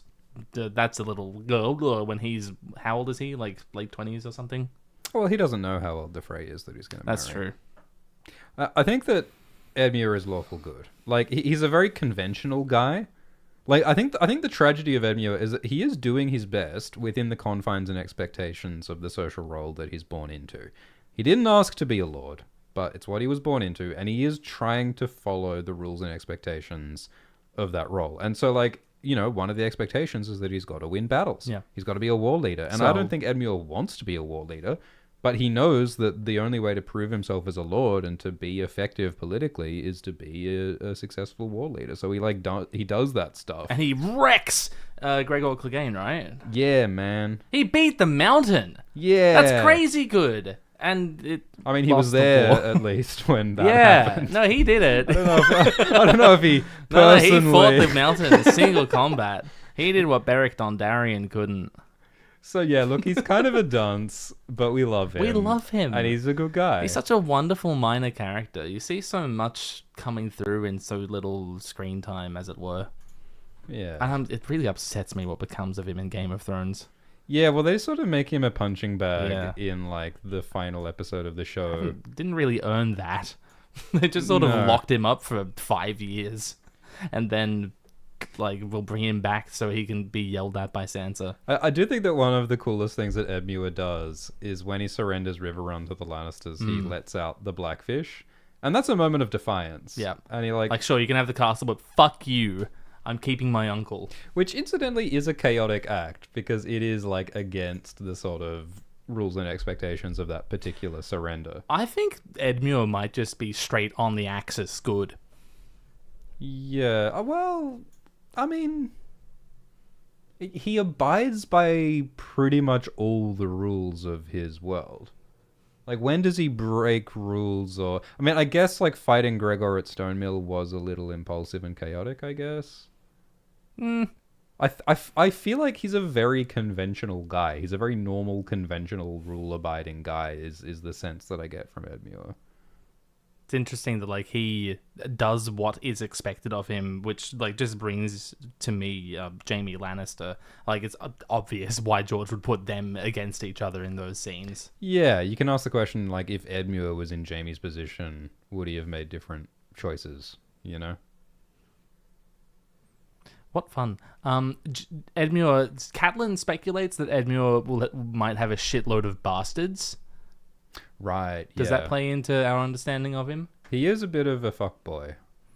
And so I guess one of the questions is, like, is it ethical for him to go around getting people pregnant? And, you know, does he look after the women and the bastards? He might. He honestly seems like the guy who would look after those people. And Catelyn might not mention it because of, you know, Ned. Like, the fact that he protects the small folk and bring them into Riverrun makes me think that he probably would, but, like, we just don't know.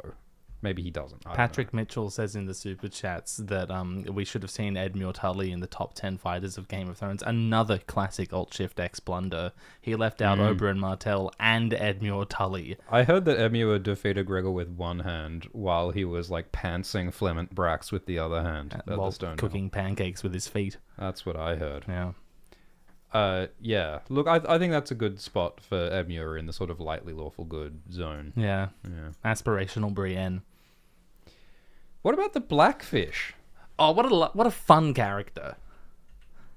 What's his deal?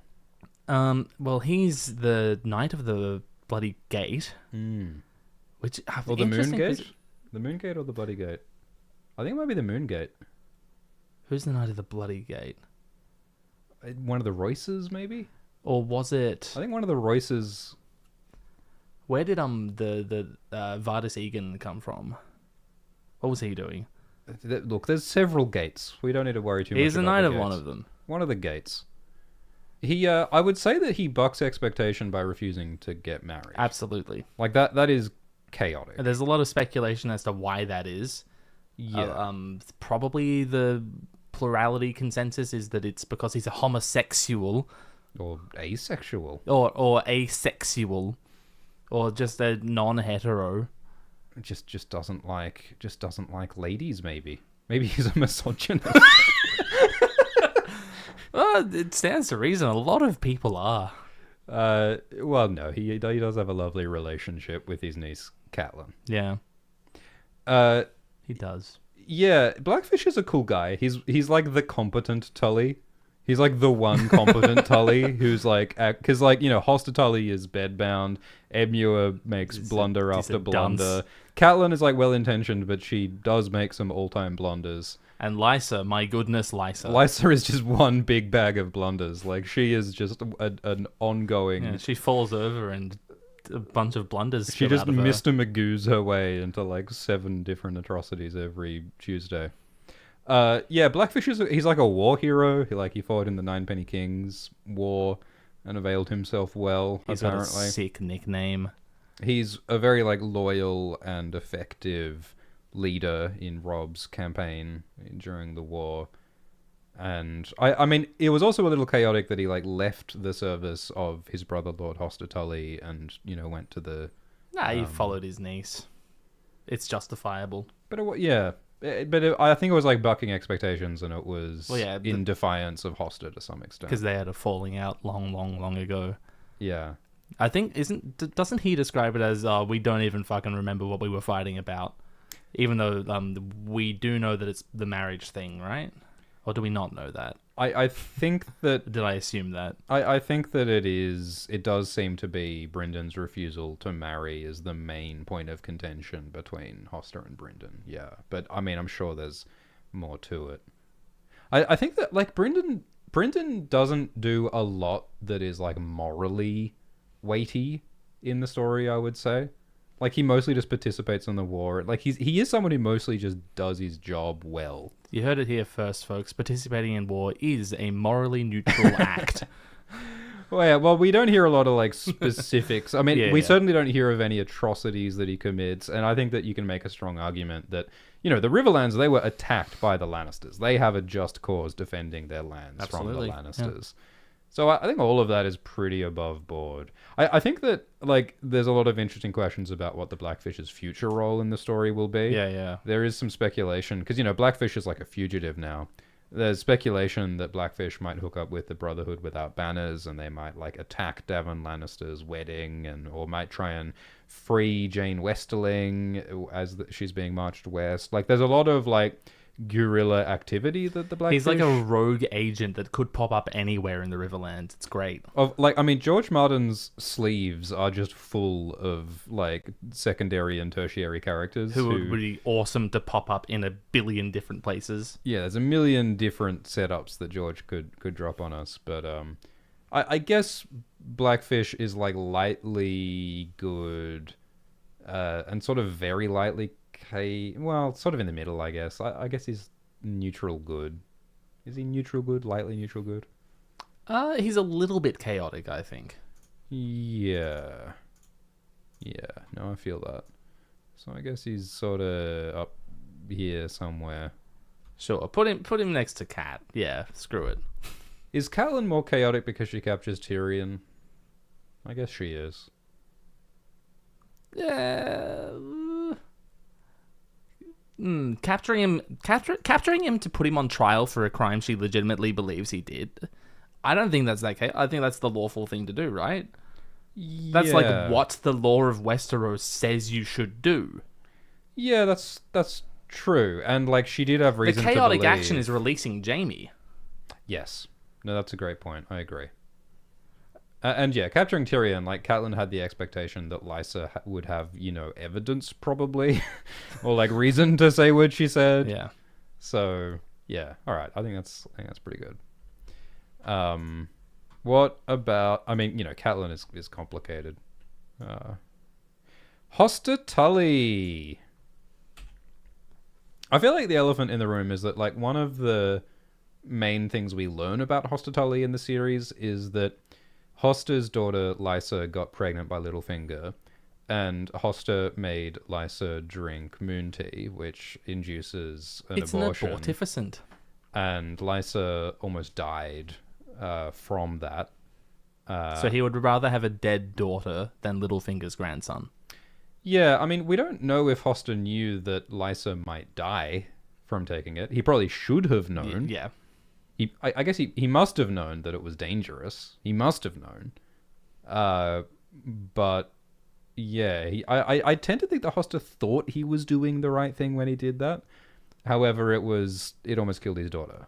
Well, yeah, it was against her wishes. In the societal framework of Westeros, a noble woman having a bastard, like, that's just it. That's it for her. Yeah. So he would have thought that he was doing the right thing. I guess the other thing we know about Hoster is that he participated in the sort of Southern ambitions conspiracy to overthrow the Targaryens. Yeah. And, like, I guess it was a good thing that the Mad King was booted off the Iron Throne. It certainly wasn't lawful. It was not lawful. It was maybe an act of political ambition by at least some of the players involved. Like, to what extent was that little conspiracy about improving the realm, and to what extent was it about improving the lot of those lords? Well, Robert Baratheon became king. Maester Tully got his daughters married to the Lords of the North and the Vale, respectively. Like, that didn't require the Targaryen regime being toppled. Yeah. Like, what did he really advance that much because of Robert Baratheon's rebellion? I mean, being, like, a buddy and an ally of the king. Hoster we don't know as much about. Like, Jon Arryn seems like a leading figure in that alliance, and even, like, Rickard Stark, I think, was a leading figure. I always read it as, like, Hoster's just, okay, they'll tag along. Maybe he's got a lot of Edmure energy. Maybe he's a bit of a dunderhead. We kind of don't know. I mean, Catelyn says that Hoster was, like, an active and strong and proud man. But he's her dad. she might just think that. Yeah. He doesn't seem great. Like nothing that he does, like, we don't know much about him, but it doesn't seem like anything that he does is particularly, like, selfless or heroic. Because, like, all of his, because ambition is an equal explanation for what he does, like taking down Aerys, and, like, the Lysa thing is bad, and that's kind of as much as we know. So, very, very lightly chaotic evil. He got in a decades-long feud with his brother and forgot why. Maybe he was a homophobe. A homophobe. Or an aphobe. We don't know. I know that's not the term for that. I'm sorry.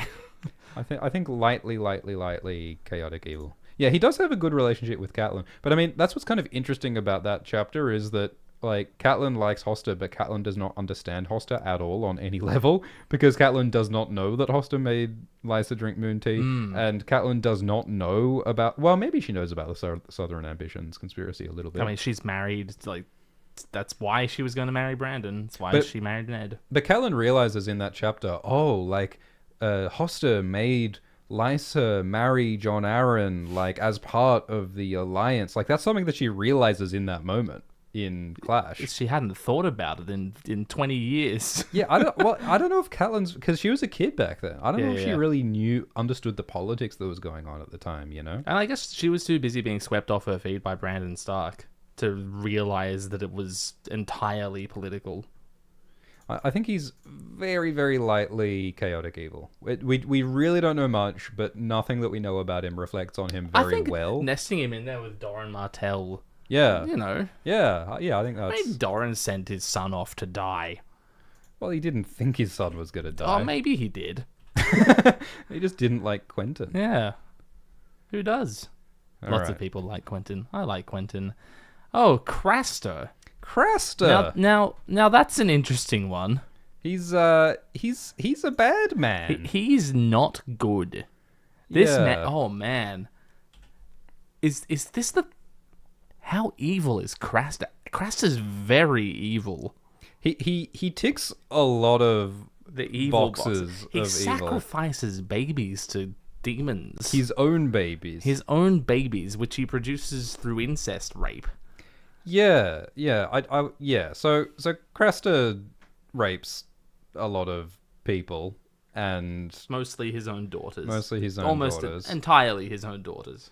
And like he also like sells out the human species to the evil ice demons, which is like a level of evil that most people like can't even imagine, let alone I don't even do. know if Euron... Like, I think Euron is capable of doing it. I don't know if it's on his radar. I think though. Euron would be like, don't do that.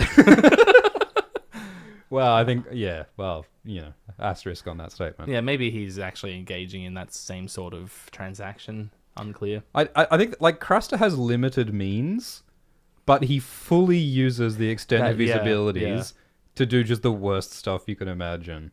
And he also, like, is exploitative of, like, the Night's Watch, or at least highly transactional with the Night's Watch. He's also just a dick. Yeah.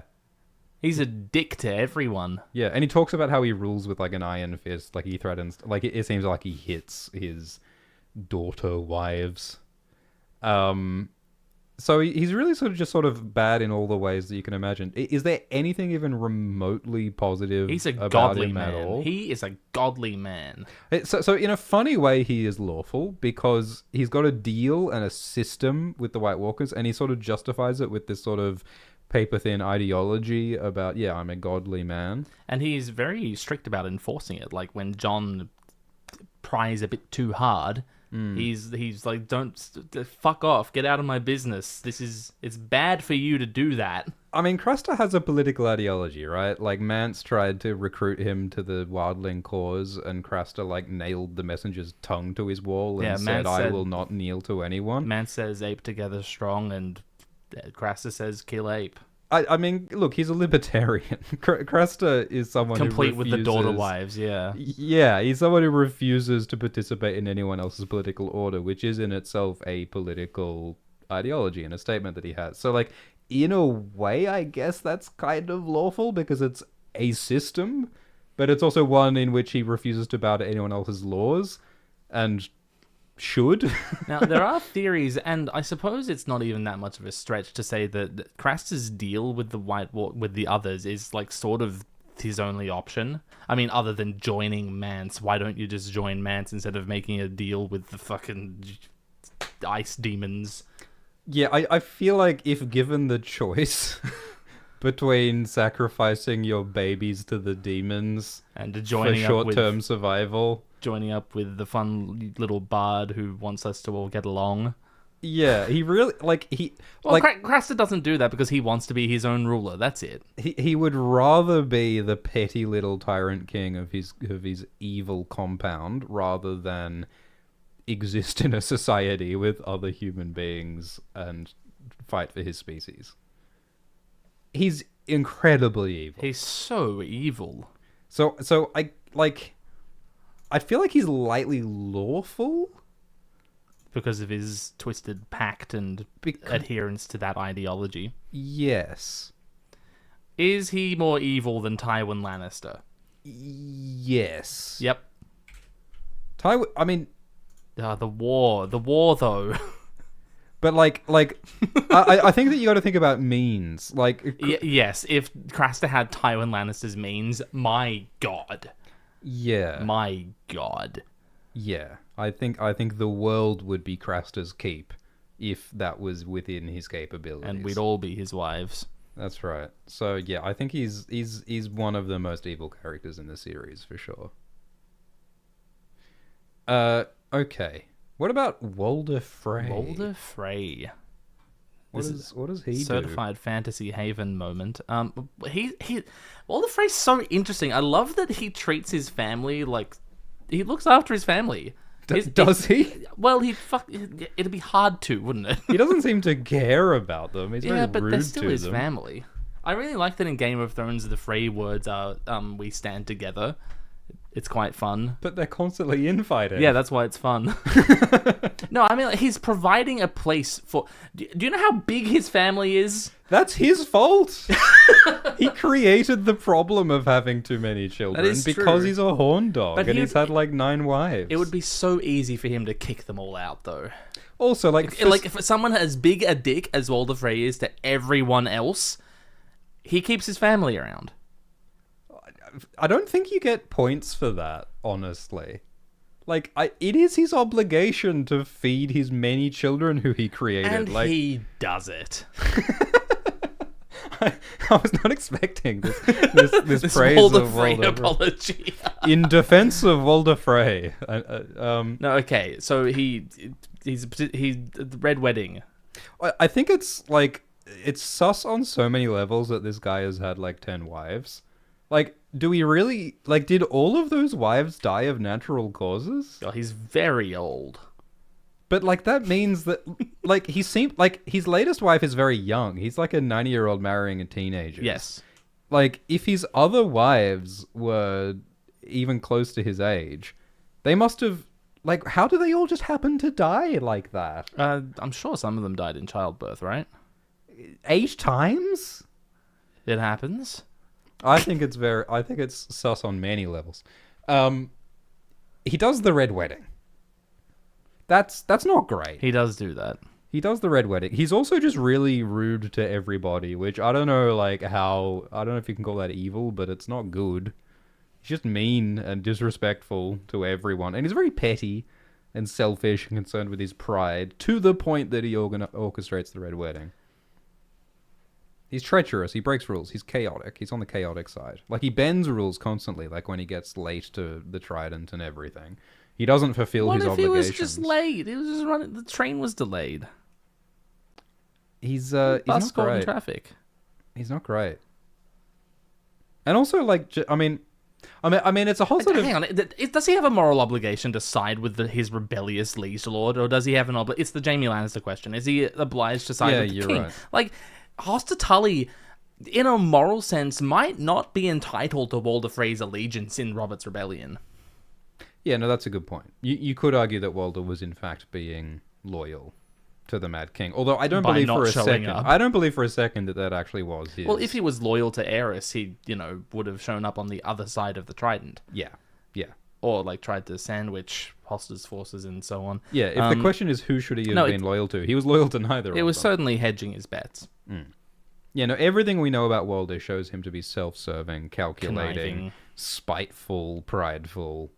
He's a very small, petty man with a lot of small, petty children. He's a weasel. It's interesting, the whole story of Walder Frey, with them being like new money. How like they built the bridge over the river and they used that for economic gain. And some of the like old, ancient, proud, storied houses look down on the Freys because they're Up-jumped. upstarts. Yeah. Which is interesting. But yeah, I mean, he's definitely evil. I mean, do we know of like he doesn't directly stab anybody, but he does orchestrate a massive atrocity that gets like it presides over heaps of people killed, and he seems to be totally down with all of that. Like, we don't know to what extent he like ordered the Freys to like kill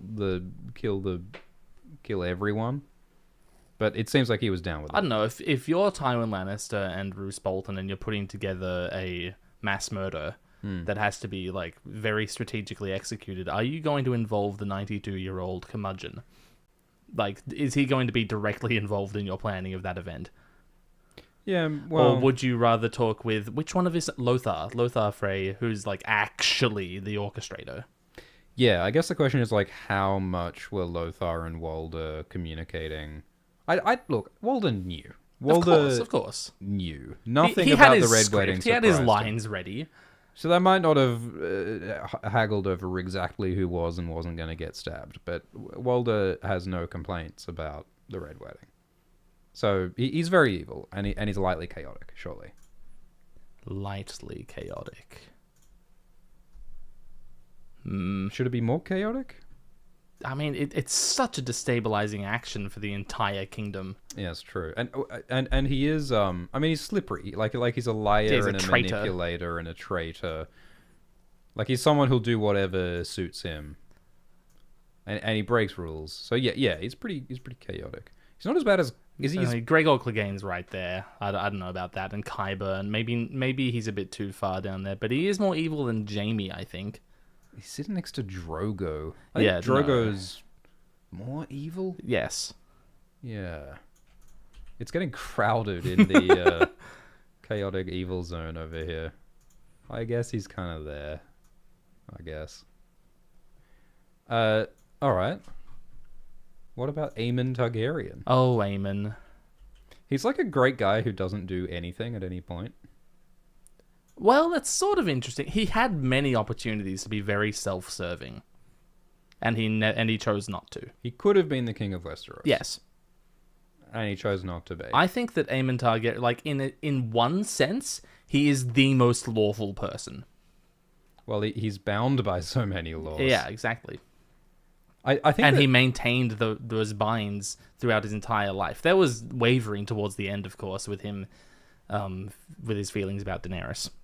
The vibe that I get is that Aemon avoided the throne partly because he feels that Targaryen fire within himself and he doesn't trust himself with the power. He fears his own nature. Yeah, because we know that Aemon and Rhaegar used to chat about Azor Ahai prophecy and stuff. There were pen pals chatting about prophecy. And we see, like, on the boat with Sam, that Aemon, like, is pretty, like, keen on the Azor Ahai Prince that was promised prophecy stuff, which makes me think if given the opportunity, Aemon would have participated in some of that fiery destiny, sacrifice, evil stuff. But he never did any of it. Well, I think that he might have a jaded view on it, considering that he was alive for, the Summerhole disaster. Yeah, And he watched so much of his family die. Yeah, I would love to know what Aemon knows and thinks about Summerhole. Oh well, he's dead. Yes. And he's stewing in a cask of rum. Aemon has a harshness to him. Like, he tells Jon to kill the boy, and he told Egg to kill the boy.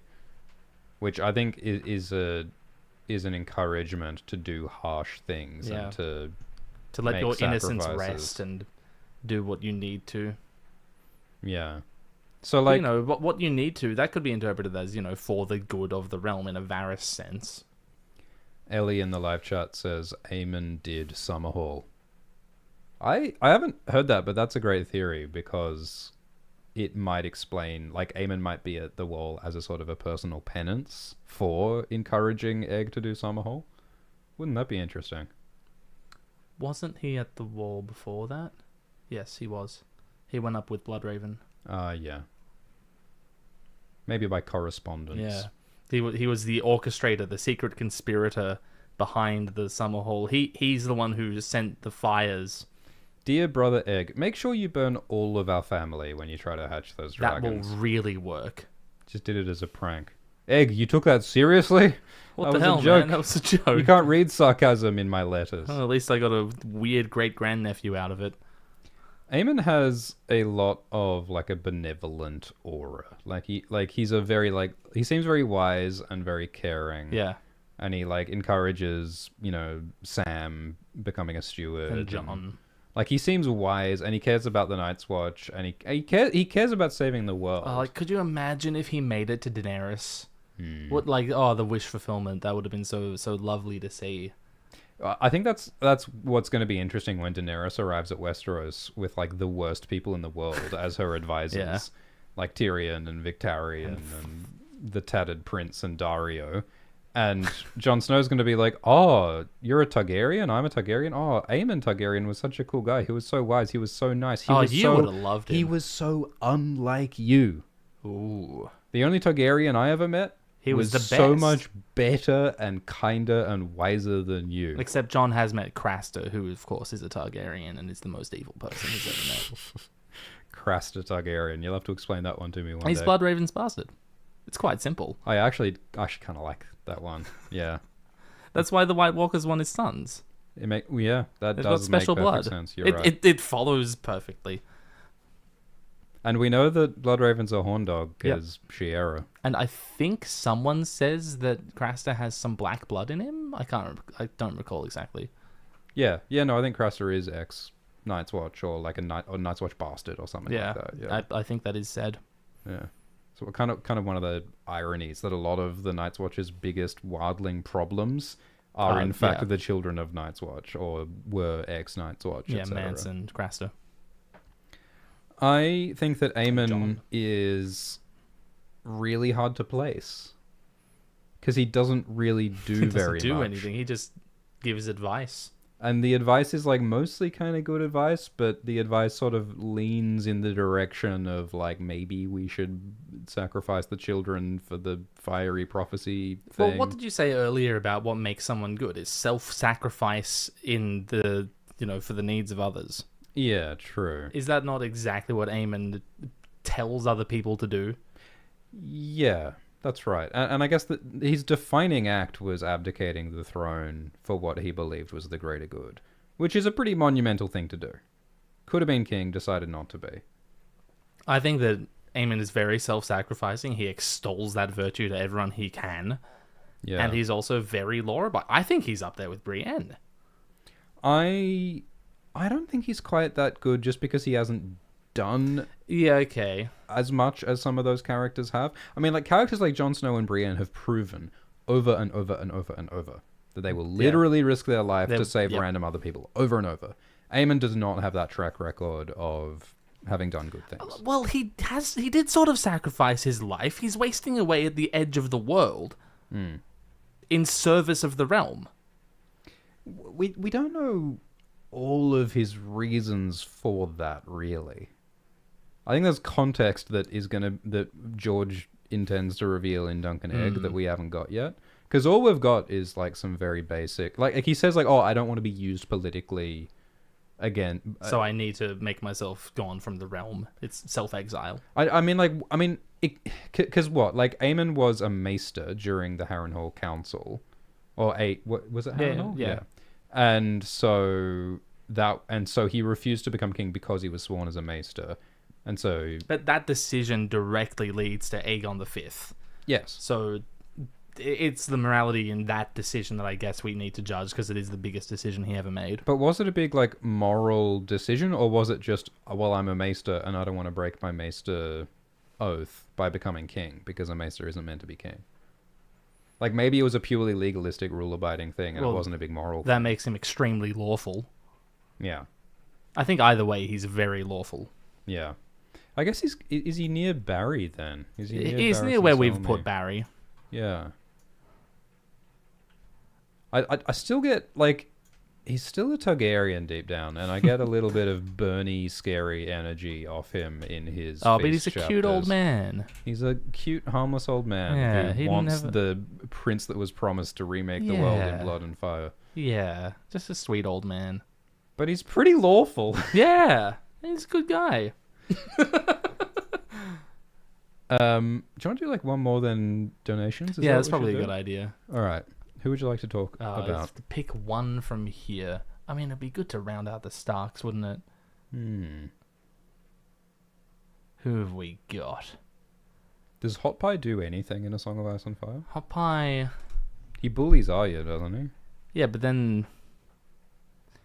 Have you got some strong Aurane Waters opinions that you'd like to drop? Oh boy, do I. All right, let's do Aurane Waters. Who is Aurane Waters? Aurane Waters is the subject of my second ever series of videos. Isn't that crazy? What do those videos say? It's basically just an exploration of who the hell this guy is, and it was from 7 years ago, and I didn't know what the hell I was doing. But look at that chin! He has a fuckwad that could poke your eye Oh out. my goodness! So who is Aurane Better Waters? watch your face there, Ewan Mitchell. That's just Ewan Mitchell. It is, isn't it? Aurane Waters is the bastard of Driftmark. He's the Valarians. Interesting to see where the Valarians have gotten to by the time of Ice and Fire. For sure. Having spent all this time in Hot D. Aurane is captured after the Battle of the Blackwater, where he fought for Stannis, and he defects to Joffrey, and then it winds up on Cersei's small council as the master of ships, and then he gets her to commission these 10 massive warships, and then he runs away with them after convincing her to staff them with men directly loyal to him.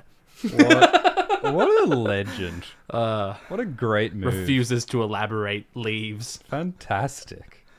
And then later on, in a Winds of Winter sample chapter, we hear that he's become a pirate lord in the Stepstones. Fantastic. Which is yet another, like, tertiary character up George's sleeve that he could deploy to, like, save a battle at the last minute or something. Ruin someone's plan, or just to show up and be cool. And that's basically what that series of videos is about, is like, what the hell is this guy gonna do? Yeah, it could be anything. It's fun that, like, Cersei gives him all this political power just because, like, she thinks he's kind of hot. And he looks a little bit like Rhaegar, kind of. She thinks, oh my god, he looks exactly like Rhaegar. And then a few chapters later, she's like, this guy looks nothing like Rhaegar. and there was a Quinn the GM tweet that made me think, oh my god, John Connington's going to have the exact same reaction. Yeah. John Connington's going to meet Aurane Waters and be like, oh my god, Rhaegar, I'm in love. And then be like, hang on. Every blonde who John Connor's ever met, he's gone, oh my god, Rhaegar. I think he might be a little bit chaotic. I think this guy's a bit chaotic and a bit evil. It remains to be seen exactly how evil he is. I mean, he engages in piracy, which... we don't really know the extent of that. I mean, he's a pirate king. That sounds like a lot of fun. I don't think this is like a Disney pirate. Oh. I think this is like a plundering and murdering pirate is probably what that means. But we have no details, so we don't know. But I don't think you become a pirate king in this world by, like, singing yo ho ho and, like, dancing about with Peter Pan. Is that what? Have you watched Hook? It's been a minute. It's been a minute. Or have you just watched that one episode of Lazy Town? It's been a minute. I think that he's lightly chaotic evil. I think he's rather chaotic and question mark evil. Put him next to who's that? Mirri Maz Duur. Oh my god, Mirri Maz Duur is there. Yeah.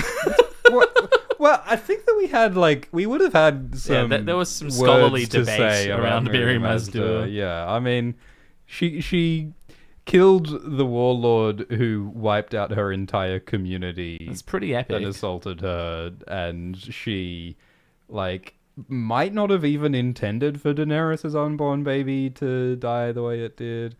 Mirri's a whole thing. But it's crazy how there's been 4 published books and 3 novellas and all these other auxiliary materials, and we still are like, Mirri Maz Duur from the first book? I don't know. I don't fucking know what she was up to. George is a wizard of ambiguity. It's been 29 years. He paints with blank spaces, with negative space. He just, like, he's made of question marks, that guy. But the association with Marwyn, I think, led us to believe that Mirri's not entirely scrupulous. Look, she's not great. Yeah. She's not good.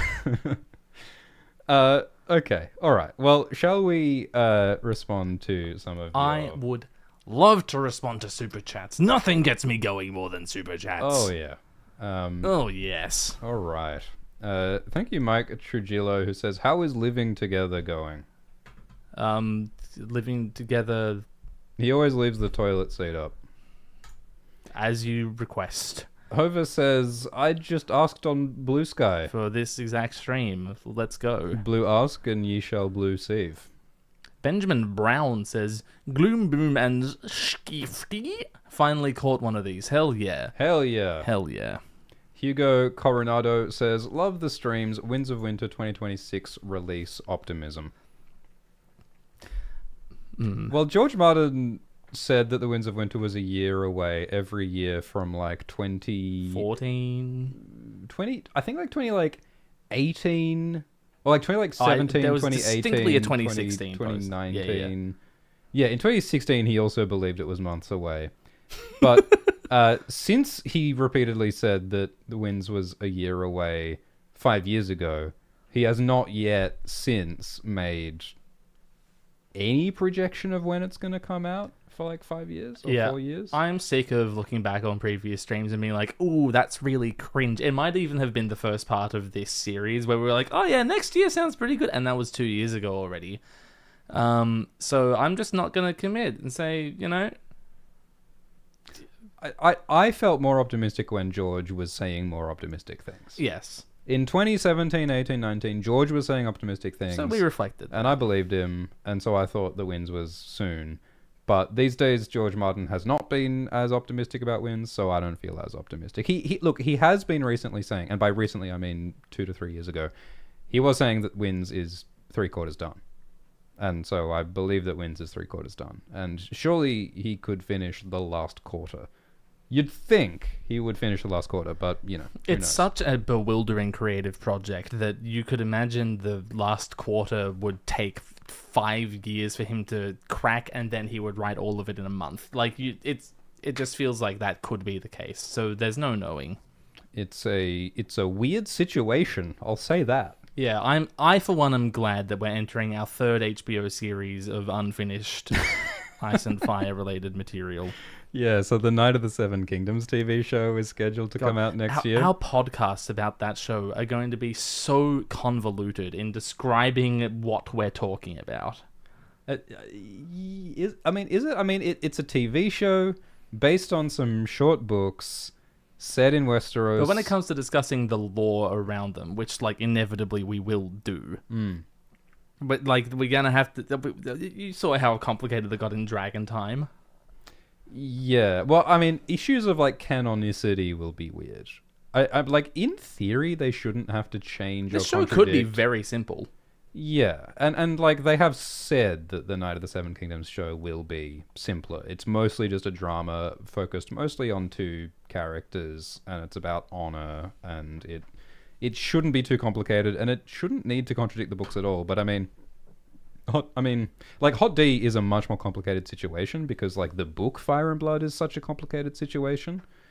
So, like, I think A Night of the Seven Kingdoms shouldn't be as weird, but, like, who knows? Who knows? We won't know until we see it. Hope it's fun. Me too.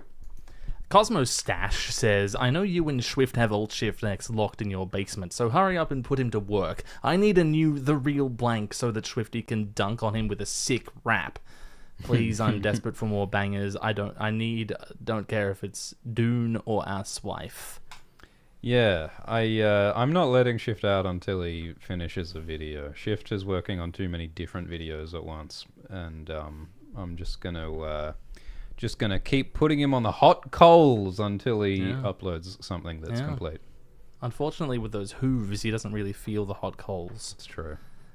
Too much hair product. Thank you for that generous donation.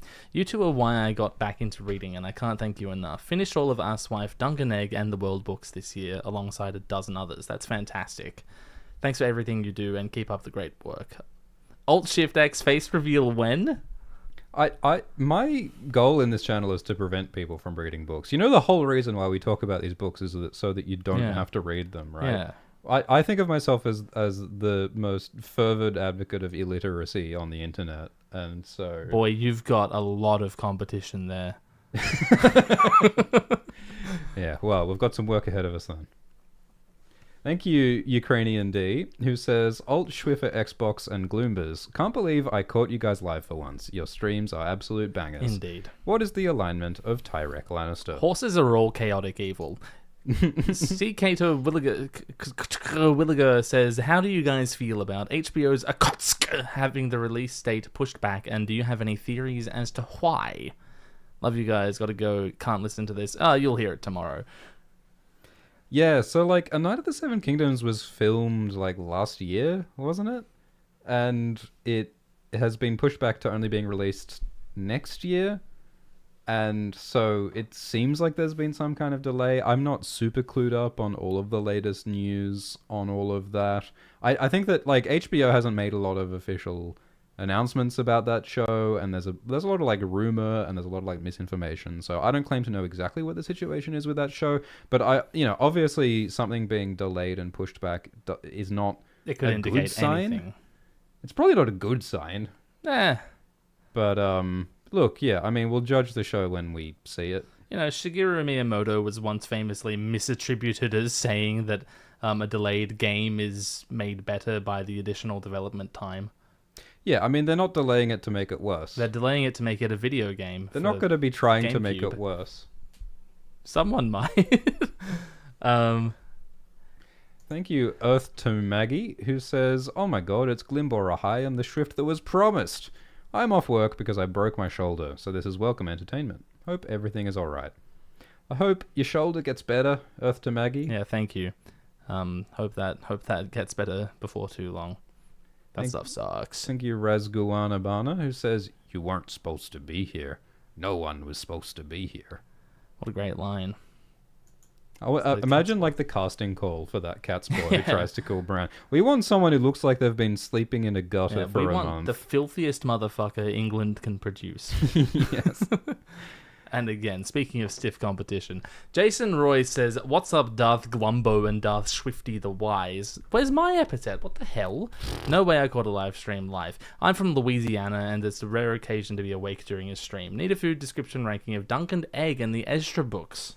We could do more food descriptions. Yeah, we probably should round out the series at some point. Are there any food descriptions in the TWOW preview chapters? I don't think there's many. Oh, there might be. There might be some. And I'm sure there'd be some in Dunk and Egg, but I don't think there are too many sumptuous feasts in Dunk and Egg. So it would be a pretty short live stream, I think. Aaron Greyjoy's trip could be thought of as it's a sensory experience he has by drinking the Shade of the Evening. Are we going to rank Pyat Pree's legs that get eaten by his fellow warlocks? Yeah. I'm just going to go straight ahead and say that's an F. That's a big old F. There we go. Valerie says, "Hi, Gilbert and Sullivan." Thank you. That's a good one. I'm finally reading the books and loving them. I demolished a Game of Thrones in 6 days, and I'm going to finish Clash tonight or tomorrow. Here's a few bucks to keep your chins greased. Reading a Game of Thrones in 6 days is impressive. Yeah, that is a lot of pages. It's a dense book. Hell yeah. Well done. Darth Swiftius says, "Do you like Star Trek?" Do you like Star Trek? I've barely watched any Star Trek. I'm going to watch The Next Generation. Just you watch. I'm going to watch it. You've been very saying soon. that for years. But I really mean it this time. I finished Buffy. Oh, you finished Buffy? Yeah, I really enjoyed it. Are you going to watch Angel? I have been watching Angel. Hell Almost yeah. done with that as well. Can we do like a ranking every Buffy episode live stream? That's not going to be a live stream. I think that's going to be a thesis. That may be on the scale of my every Game of Thrones episode ranked video. No, that would be intense. I think that I would like to produce that. I have seen like 2 episodes of Star Trek the original series, and I have seen like 6 episodes of Star Trek the Next Generation. And I like what I've seen of Star Trek The Next Generation. I like that it's basically like a workplace drama where everyone's just like trying to do their job well and like being thoughtful and professional about it, which is very unusual. Like there aren't many shows like that now, I feel. And I like the, retro vibe of it, and I like the dorkiness of it. So I like Star Trek, and I'd like to watch more of it. Yeah, that's basically my feelings too.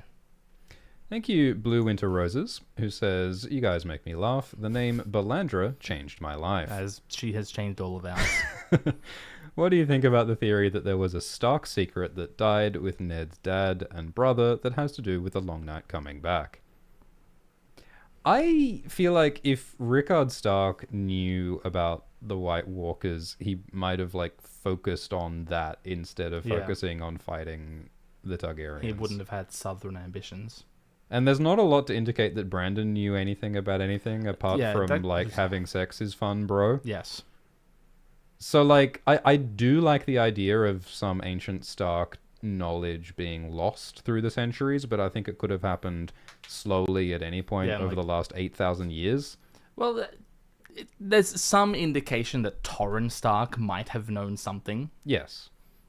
So I think between then and Rickard... Or maybe even Cregan, I don't know. Yes. Yeah, well, they're talking about an Aegon's Conquest show or movie is apparently still in development. Yeah, that's right. So that's something that they could explore, and which I hope they don't fuck up. I hope they don't fuck up anything. I would like nothing to be fucked up, ideally. Molly the Fool says, I've been waiting 3 years for a rapid-fire non-serious alignment for George, Ryan, David, and Dan. Help me, Dragonslayer, Gliderstein, and Executioner Schmau. Oh, that's great. What's that a reference It's to? Dark Souls. Nice. Well, this is a minefield, but I'm going to do it anyway. Go for it. I think that George is chaotic good. I agree. George has made a lot of charitable donations and is invested in a lot of businesses just to like invest in his local community. Avoid incest at all And, at all costs. he speaks to such moral goods as that, Yeah, he stands up for the cause, in spite of what he writes. kind of. His position on incest is somewhat ambiguous, but I'd say in all other areas, George is clearly someone who cares a lot about people and wants to social send good. a positive message, and he actually puts his money where his mouth is. Yeah. And then the Dog Sanctuary. Yeah. There's a lot of like charitable stuff that he's done that is cool. And, his greatest charitable act, of course, was buying us a burrito. Yeah, that was very... Because we were hungry I at was the destitute. time. So. I came to Santa Fe and I hadn't packed lunch. And chaotic because I think that like there's a certain like He's creative. yeah. Yeah. Like Euron Greyjoy. He's creative. Oh my goodness. Right? Look, we don't know very much. We've about... met George, but we haven't met any of the others. And there's a lot less knowledge about the public lives of the others. Yeah, we don't know as much about those other guys. I mean, if I was to baselessly speculate, I would say that Please do. I feel like creative people and people who work in Hollywood in general are going to be more on the chaotic end of the spectrum, because from the little I know about Hollywood and the world of like TV and movie production, it's people make shit up. And there's a lot of wheeling and dealing, and there's a lot of like promises that may or may not be kept, and there's a lot of like hopes and dreams and sparkle and shine that may or may not have substance. And a lot of the time, people are just out for themselves. Yeah, and like, obviously, I'm sure, there's heaps of great people, but I think that it's a system that requires you to engage in a little bit of bullshittery if you want to participate in the business of making shows and movies. I say that not about any particular person. I'm just saying that's the impression that I get from the little that I know about how the industry works. The industry, yeah. So that's as much as I feel I can say on I that. think they're all evil. And we'll make our thumbnail with fiery eyes coming out of DB Weiss's face. And Ryan Condal's ears. Yeah.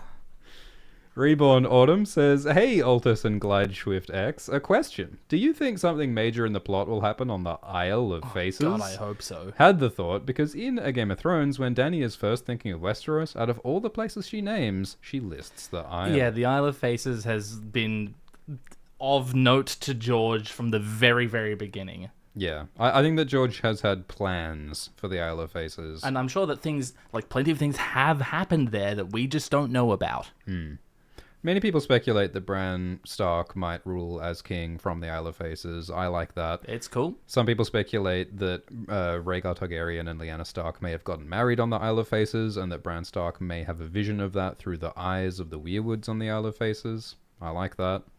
There's also stuff about, was it Adam Velaryon visits the Isle of Faces during the House of the Dragon? Minor possible spoilers for Season 3, I guess. So those are all ways that the Isle of Faces could come into the story. I mean, shout out to Ryan Condal for putting a fucking green man in House of the Dragon Season 2. Because the green men tend to the Isle of Faces and seem to be the sort of Wiccan priests who party there. So that dying weirwood pointing toward the Isle of Faces, it's such an evocative image. Like the Isle of Faces seems to be the heart of Westeros, the spiritual, magical heart of the old gods.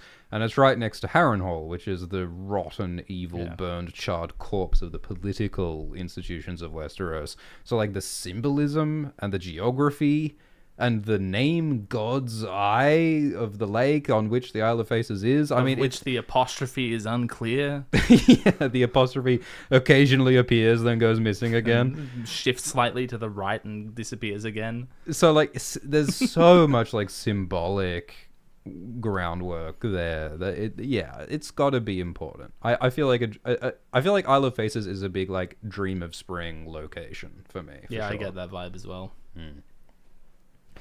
Thank you, Lewis Cans, who says, "Hello, Schwamble and Global. Your vids always brighten my day. Much love from north of the wall." Which wall is Lewis north of? Hadrian's? My nan's garden wall. Over the garden wall? Yeah. Thank you, Quick History, who says, "Hi, Sword and Gun. Currently painting some Night's Watch for the A Song of Ice and Fire miniature game. Sick. Thank you sincerely for being one of the best parts of the community." Thank you, Quick History. Thank you, Quick History, for that baseless assumption. Reborn Autumn says, part 2. Oh, yes, that was them there. I just found it curious that so early in the books it felt like the Isle of Faces got a lot of attention, being mentioned earlier in Bran 1. I felt like its inclusion in the Game of Thrones rather than later books makes it more relevant. Yes, we agree. Thank you, Blue Winter Roses, who says, "Which character would be the best wedding date?" Ooh. Interesting. Who is fun in these books? I mean, I mean, even like some of Edmure's friends. I feel like Edmure and his friends would be kind of I'd fun. be down for a party. Yeah. Who else is like just like charismatic and a fun, good time? Dolorous Ed. I think that Aeron Dampere, before he became a priest, Party boy Aeron. he was a party boy. I honestly want to hang out with Barbary Dustin just because she's intriguing, but I don't know if she'd be like fun necessarily. Such an out of field pick. I don't know. Well, I'm just thinking weddings. I think Barbary's fun. Roose Bolton. Oh, Maya Stone. What about Maya Stone? Yeah, that She's sounds cool. like a riot. Yeah. Yeah. All right, I pick Maya Stone. Thank you, El Tamazil, who says, "Do you think Bowen plays the bureaucrat song from Futurama?" Do you mean the like calypso jig that Hermes improvises in that one episode? Is that what you're talking about? I think Hermes and Bowen share some DNA for sure. Absolutely. Do you think Hermes Conrad is going to stab Professor Fry in the heart? Farnsworth. Yeah, stab Farnsworth. We need to write that fanfic I think that immediately. may have actually happened. Yeah, probably. There's a lot of seasons. Are they still making more Futurama? I Is that can't still remember. happening? I didn't finish watching the stuff that came out a few years ago. Yeah, neither did I. I didn't hate it. Some of it I hated. I didn't hate all of it. Thank you, Katrina Simmons, who says, "My theory is that Sansa seems to misremember a kiss from the Hound because Bran is still a 10-year-old kid and he's just trying to mess with his big sister. Love your music, Limbo. Keep it up." Oh, thank you. Are you saying that Bran is using magic shenanigans To fuck with alter... Sansa's memory, yes. That's a weird choice to make by Bran, to trick his sister into thinking that this weird, gross, scary man kissed her. That is a funny idea. I want you to know that I think that's funny. That Bran's just messing with his sister's head. However, sometimes I think that an unreliable narrator is just an unreliable narrator. I think that it is maybe a bad idea to give a 10-year-old boy the power to alter space-time. And like, how do you figure? I feel like, I don't know, I want at least a little bit of comedy when Bran Stark like gains his like green seer powers. And he's like, what do I do with like all time and space? Like, I mean, he's probably going to want to look at boobies, honestly, is the first thing. He boy. might be too young for that. Yeah, maybe he's too young. But I mean, I feel like there's going to be bad and silly things will happen when someone that young gets that kind of It's going to be power. comedic one way or the other. In a dark way or just a lighthearted, fun way. I don't see much lighthearted fun happening in Bloodraven's cave, unfortunately. That's true. All signs point to absolute horror. That we might find funny as an outsider. But probably not. Thank you, Ben Something, who says, lawful is a word. If Daemon had ridden over Gwaine Corbray, Eustace would be as lawful, and the Red Dragon would be remembered as chaotic. Okay, so we're talking about Daemon Blackfire. Yeah, sorry, I have to re-gear my entire brain here. Like you said Daemon, and I'm like, Matt Smith just appeared in my mind's eye. No, that's just your 10-year-old brother messing with you again. The deep-fried JPEG with his chin all gigantic. So, all right, so we're talking about Redgrass Field and the He just has Blackfire such a Rebellion. wide chin as well. It has depth and width, whereas Ewan Mitchell's is like pointy. You know what I mean? Can we do a chin ranking? Absolutely. They belong on a chart. They belong on a chart like this. Like, you can put dimensionality to them.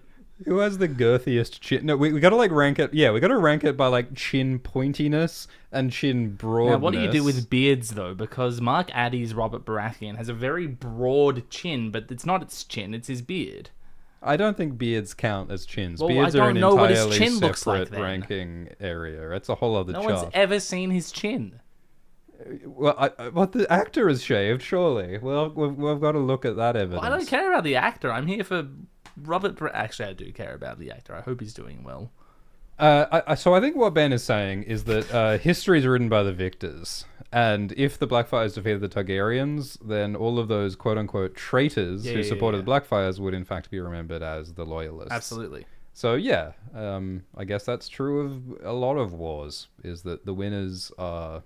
the losers are defined as traitors after the fact. If we were to place Eustace Osgrey on this, I think we would try to factor all of that in. Yeah, but I mean, as we said at the top, like the fundamental difficulty of this exercise is that we're judging morality within the context of an immoral political system, and that's just kind of impossible to escape, no matter how you look at it. Ali says, did you guys get to see Superman? Thoughts on Millie as Supergirl? Have you seen Superman? I have not seen Superman yet. A lot of people have told me that it's good. I am excited to watch it, I just haven't done it yet. I'm not normally a big superhero guy. I haven't seen a lot of the Marvels and the DCs. Yeah, I haven't been to a Cape movie in like 8 years or something. I liked Guardians of the Galaxy, and that's about the extent of my superhero thoughts. But yeah, I want to see Superman. People say it's good. And yeah, I mean, look, I'm happy for Millie Alcock to be flying around punching people if that's what she does. I'm all for that. Although I think y'all should watch Upright with Millie Alcock. I and Tim knew you were Minchin. going to say Upright. You're so predictable. I'm so predictable. I mean, but yes, they're two legends. Yeah, Millie's great. What a great show. So yeah, all for her. We, of course, are the prime Millie Alcock aficionados as hosts of the Millie Alcock's Nose podcast. So Yeah, we probably should watch Superman just for the Millie Alcock's Nose content. Is she actually in the movie, or I is believe she... so, yeah. All right. If I want to get a refund if there isn't enough Millie screen time. Yeah, if the her movie. nose isn't occupying at least 10% of the screen for 5 seconds, I'm out of there. Thank you, M. Rose, who says, "Can't believe I caught alive. Love your content. Would either of you consider reading The Wheel of Time?" Well, I mean, we've been asked this before. I have heard that Wheel of Time is great. However, I've also heard that it's 13 books long and it gets good around book 5. And those also, are not short books. And I also have heard that Bezos made a show of Wheel of Time that was bad and not faithful to the books. So it's on my list of things to read, but it's not all that high up my list of things to read. What about you? Same boat, basically. No, I haven't read it. Thank you, Zhao Hu, who says, "Thank you both." Oh, thank you. Thank you, Paul, who says, "Hi, Glindiferous and Schwildenfreude. Schriftenfreud. Yep. I've been... Thanks for checking. Passed the test there. I've been watching the backlog of your streams, and I'm happy to catch one. Y'all are real ones." You're a real one, Paul. Thank you. Thanks, Paul. Bane's Basement says, I see Jon dispatching of Bowen, then eventually thinking of and relating to him when it comes time to betray a leader himself, such as Stannis or Dany. Stanny and Dennis. Stanny and Dennis. I agree. I mean, it reminds me of Robb having to execute Arnulf Karstark, Yeah. which is like that pointy moment that George gives many of his characters where they're like, oh, doing my job and being a leader means I have to cut people's heads off sometimes. And in the TV show, Kit Harington was like really into it when he killed Alliser And that child. and he didn't really seem to think about it. There wasn't the same gravity given to it as Richard Madden beheading Arnold Karstark. I mean, I guess in season 6, Kit Harington says, "I had to kill a 12-year-old boy." He does say that in one scene in the next episode, and then never really think about it again. That's the sum total of Kit Harington's thoughts about executing a child. But I think that in the book, I think that there definitely will be a bit of reflection on Jon having to kill his own people who killed him. Totally. Francie C says, finally caught it live. Been wanting to hear your opinions on... Sorry, I shouldn't dismiss people for trying to capitalize on their character limits. TV versions of Jon/Tormund. Jonmund, personally a huge fave. Do you mean as a ship? I think it's more of a fatherly son type relationship. As we've said, Jon Snow has many daddies in A Song of Ice and Fire. That's true. I like their relationship. I like Tormund in the books because he has a lot of sadness and pathos and depth to him. And I hope that Tormund is like ride or die with Jon. I think he will be. Maybe Tormund will come north with Jon. I don't know if Tormund is... No, Tormund I think is like a physically capable ranger type dude. He's getting on. He's a bit long in the tooth. But I think that... I could see him being like, one last great hurrah sort of vibe. Does the term long in the tooth refer to your gums receding as you age? I believe it or not, I think it's a reference to horses. It's all horses, isn't it? Yeah, it's horses all the way down. It's horses all the way down. Yeah, I could totally see Tormund like tragically dying alongside Jon. Yeah, when he's 1 week away from retirement. Yeah, and then Mage Mormont just starts crying. In the lounge pit. In the shag pile carpet. Passes the blunt to Arthur Dane. Hell yeah. Thank you, Tony Manic, who says, thanks for revisiting one of my favorite topics. Can't wait to listen to this on some upcoming business flights. Have you considered ranking the deaths of A Song of Ice and Fire? Bit macabre, but would like to hear your thoughts. Is that on our list? I think it's on our list. Add it to the pile with the others. That's the thing. We keep having ideas and we keep not having streams. I mean, we've streamed a fair bit lately, haven't we? No, not really. It feels like it's been a while.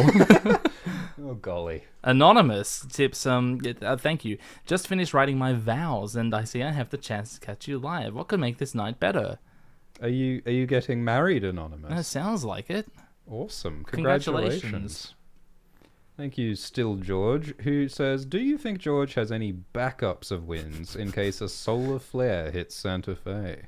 Or a explosion of some kind. Yeah, look, I trust the good folks around George to insist on a backup. If left to his own devices, the answer is absolutely not. Yeah, if George didn't have people taking care of that stuff for him, no.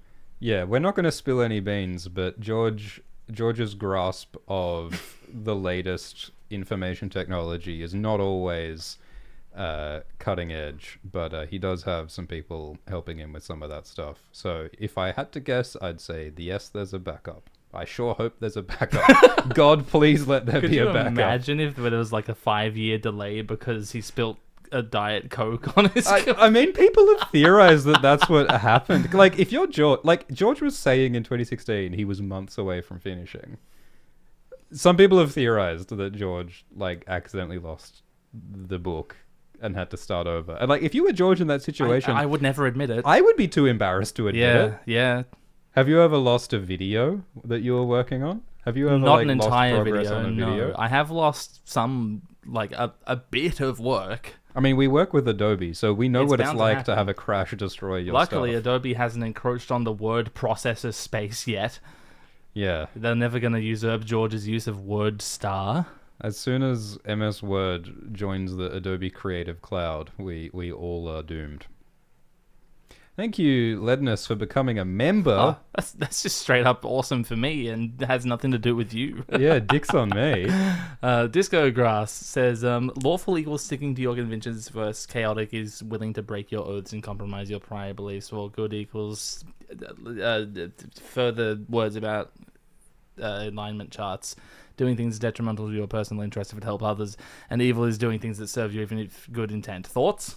I think that's a good interpretation. I feel like lawful should also refer to the laws and conventions of the world and the society that you're in. Like, I feel like if you stick to your convictions but in complete defiance of everybody around you, that seems a bit chaotic to me. But, I mean, I think there are many different possible interpretations of this system. When it comes to fiction, especially if we're not in a character's head, it's difficult to know what is in someone's heart and what is something they're compromising. Yeah, I mean, people are mostly going to be judged not on the contents of their heart, which are unseeable. They're going to be judged by their conformity to the rules of their world, which is more seeable. That's why we have the law, I guess.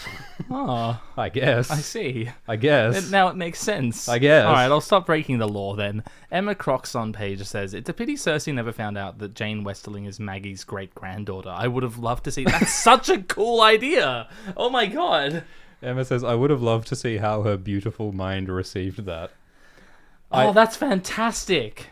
That would be cool. There's still time. It would be very funny for Cersei to find that out after, like, Jane has disappeared into the West and been, like, Cersei says, you're telling me that the evil witch who, like, prophesied my doom, like, her great-granddaughter just slipped out of my clutches? I mean, like, she was Cersei would be married so to the angry. young wolf who tried to destroy me. Well, yeah, true. It would seem to validate all of Cersei's paranoia. Maybe Jane Westerling was the beautiful younger queen. Yeah, I guess she is the beautiful younger queen who helps bring down Cersei. Oh my god. Well, I mean, one of several. Yes.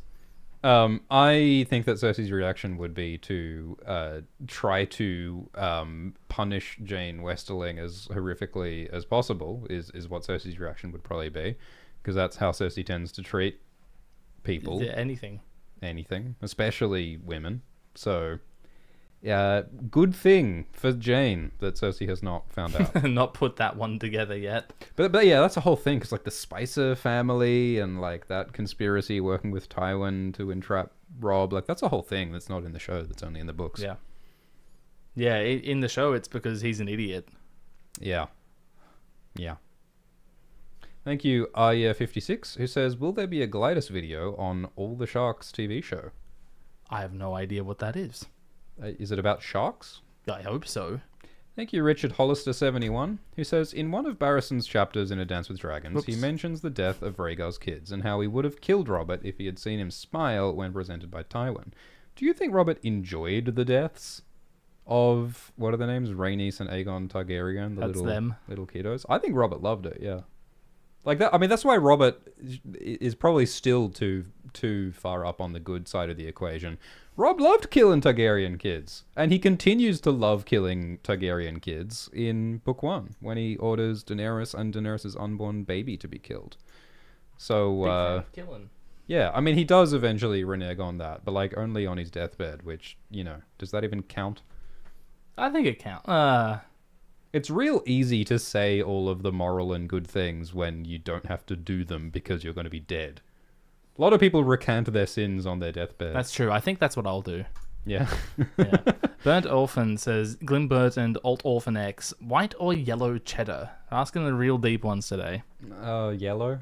Yeah, I think yellow. I'm not really a cheese guy, truth be told. Really? Yeah, I don't really care for cheese that much. I mean, when it's like in stuff, like a cheesy like pasta or burrito or something can be... I mean, cheese makes things better, but like cheese on its own...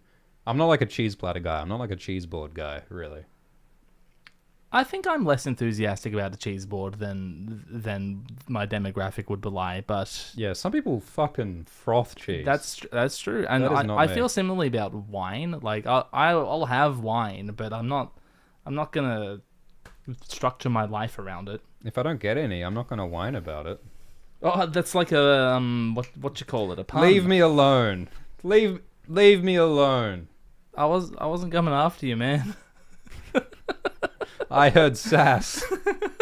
Thank you, Frankie DCLC, who says, howdy. It's bedtime for me, which really means I'm silencing the screens and reading a book. That is how you sleep, yeah. So I can't stick around to see Glympthondricus, try to convince Swift-Abulatron that Viserys III was a great guy, but I thought I'd pop in and say hello. Did we do that? I think we must have done that last time. I look, you did consent to Viserys going in the chaotic evil corner. I'm never like the guy's evil. I just think he's neat. Okay. Well, it's not a neat ranking, is it? We're not judging them on their neatness. Elbert says, well, Ned Stark did make Theon carry his big sword at beheadings. That gave me pause. The child who he might be beheading one day. Like, the threat of having a hostage, a ward, is, hey, Balon Greyjoy, if you go to war with us, we have your son. That is an awesome point that I have not heard of before. But you're right. The fact that Ned made Theon specifically carry the sword that may well be used to cut off Theon's head if he rebels. I mean, that's got to be deliberate. By George, if not by Ned. My God. That's dark. Is it always... Is it made a note that Ned always gets Theon to do that? Well, yeah, maybe not always. But the one time that we see Ned behead someone. Crazy. Yeah, cool. I mean, in some sense, Theon is just sort of like Ned's assistant. He's just like the receptionist for the guy who beat his dad in a fight once. Yeah. I always assumed that's how it worked in like schoolyard pretty fights, much. You know. My dad beat up your dad, so I own you now. Yeah, that's basically how it works. Yeah. Elamist says, doesn't it make sense that Tuff created Planetos? He's created psychic animals before and would probably want to create a D&D version of Earth. I mean, Tuff from the Tuff Voyaging books is basically George Martin. George Martin created A Song of Ice and Fire, so I think all of this tracks. Yeah. This is just Turtle Kingdom all over again. In terms of canonicity, Tuff is an interesting one. I don't think he would preside over all of that. Yeah, I don't think Tuff wants to be a god, but he might make a world just like for kicks. Yeah, totally. Who wouldn't? Hope says, Glumble and Schwinge. Oh, like Bumble and Hinge. I bring greetings from the far northern realm of Alaska. Your works always lend my day a dolorous edge. Hey! Nice. Also, King Joffrey wasn't poisoned. His throat just kinda did that. Yeah, I think he just was allergic. To the poison. You know when you ever like choke on your own saliva? You know when you like swallow wrong and then you like almost die and you're like, man, what an embarrassing way to die. Imagine if I just accidentally swallowed my tongue. Is this a me problem? No, you're looking at me like this is a me problem. No, you're right. It's like you swallow your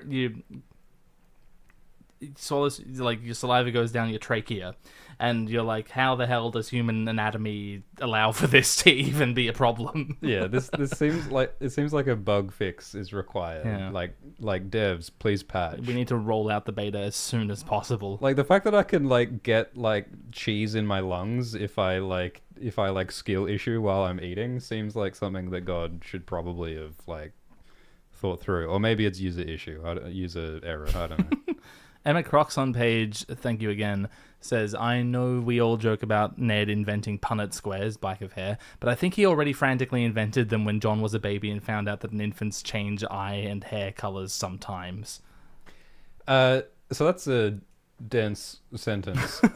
So Ned realizes that Joffrey and Myrcella and Tommen aren't Robert's children because they don't have black hair, and all of the Baratheon kids have black hair due to Mendelian genetics. Very simplistic Mendelian genetics.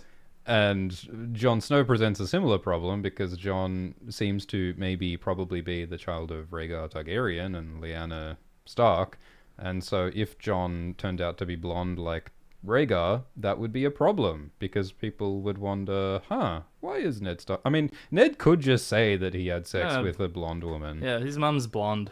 Like that would work. Went to lease. Yeah. So, I mean, but yeah, it would still be sus. And I feel like and especially if Jon had the purple eyes.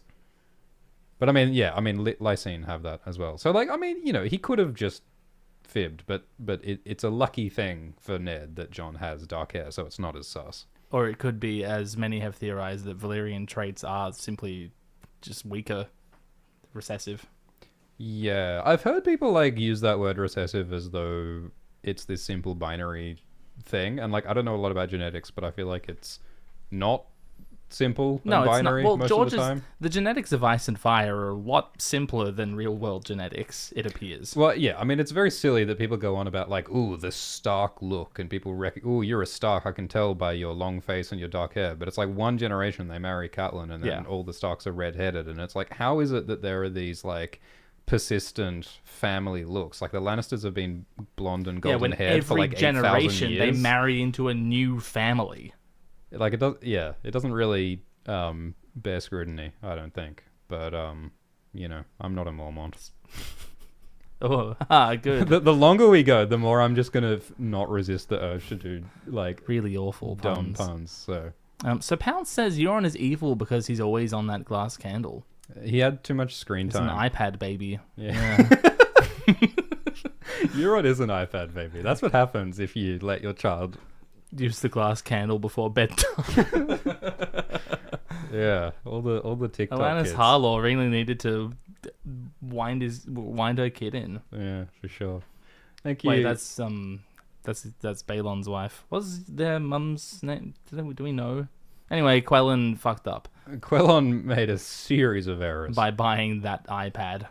Thank you, Caleb, who says, Glido, convince Shift to do Girls Gone Canon before Shift does. You should do Girls Gone Canon. It's lots of fun. Yeah, so that's a Ice and Fire podcast, yeah? Yeah, they're doing a read through, like chapter by chapter analysis. Yeah, cool. I have heard good things. And I went on and did Dany 6, A Game of Thrones, the Viserys chapter, because they know me. Nice. Had a lot of fun. Cool. Yeah, no, I would like to check out more of that podcast. Maybe it could line up with A Cock Abridged.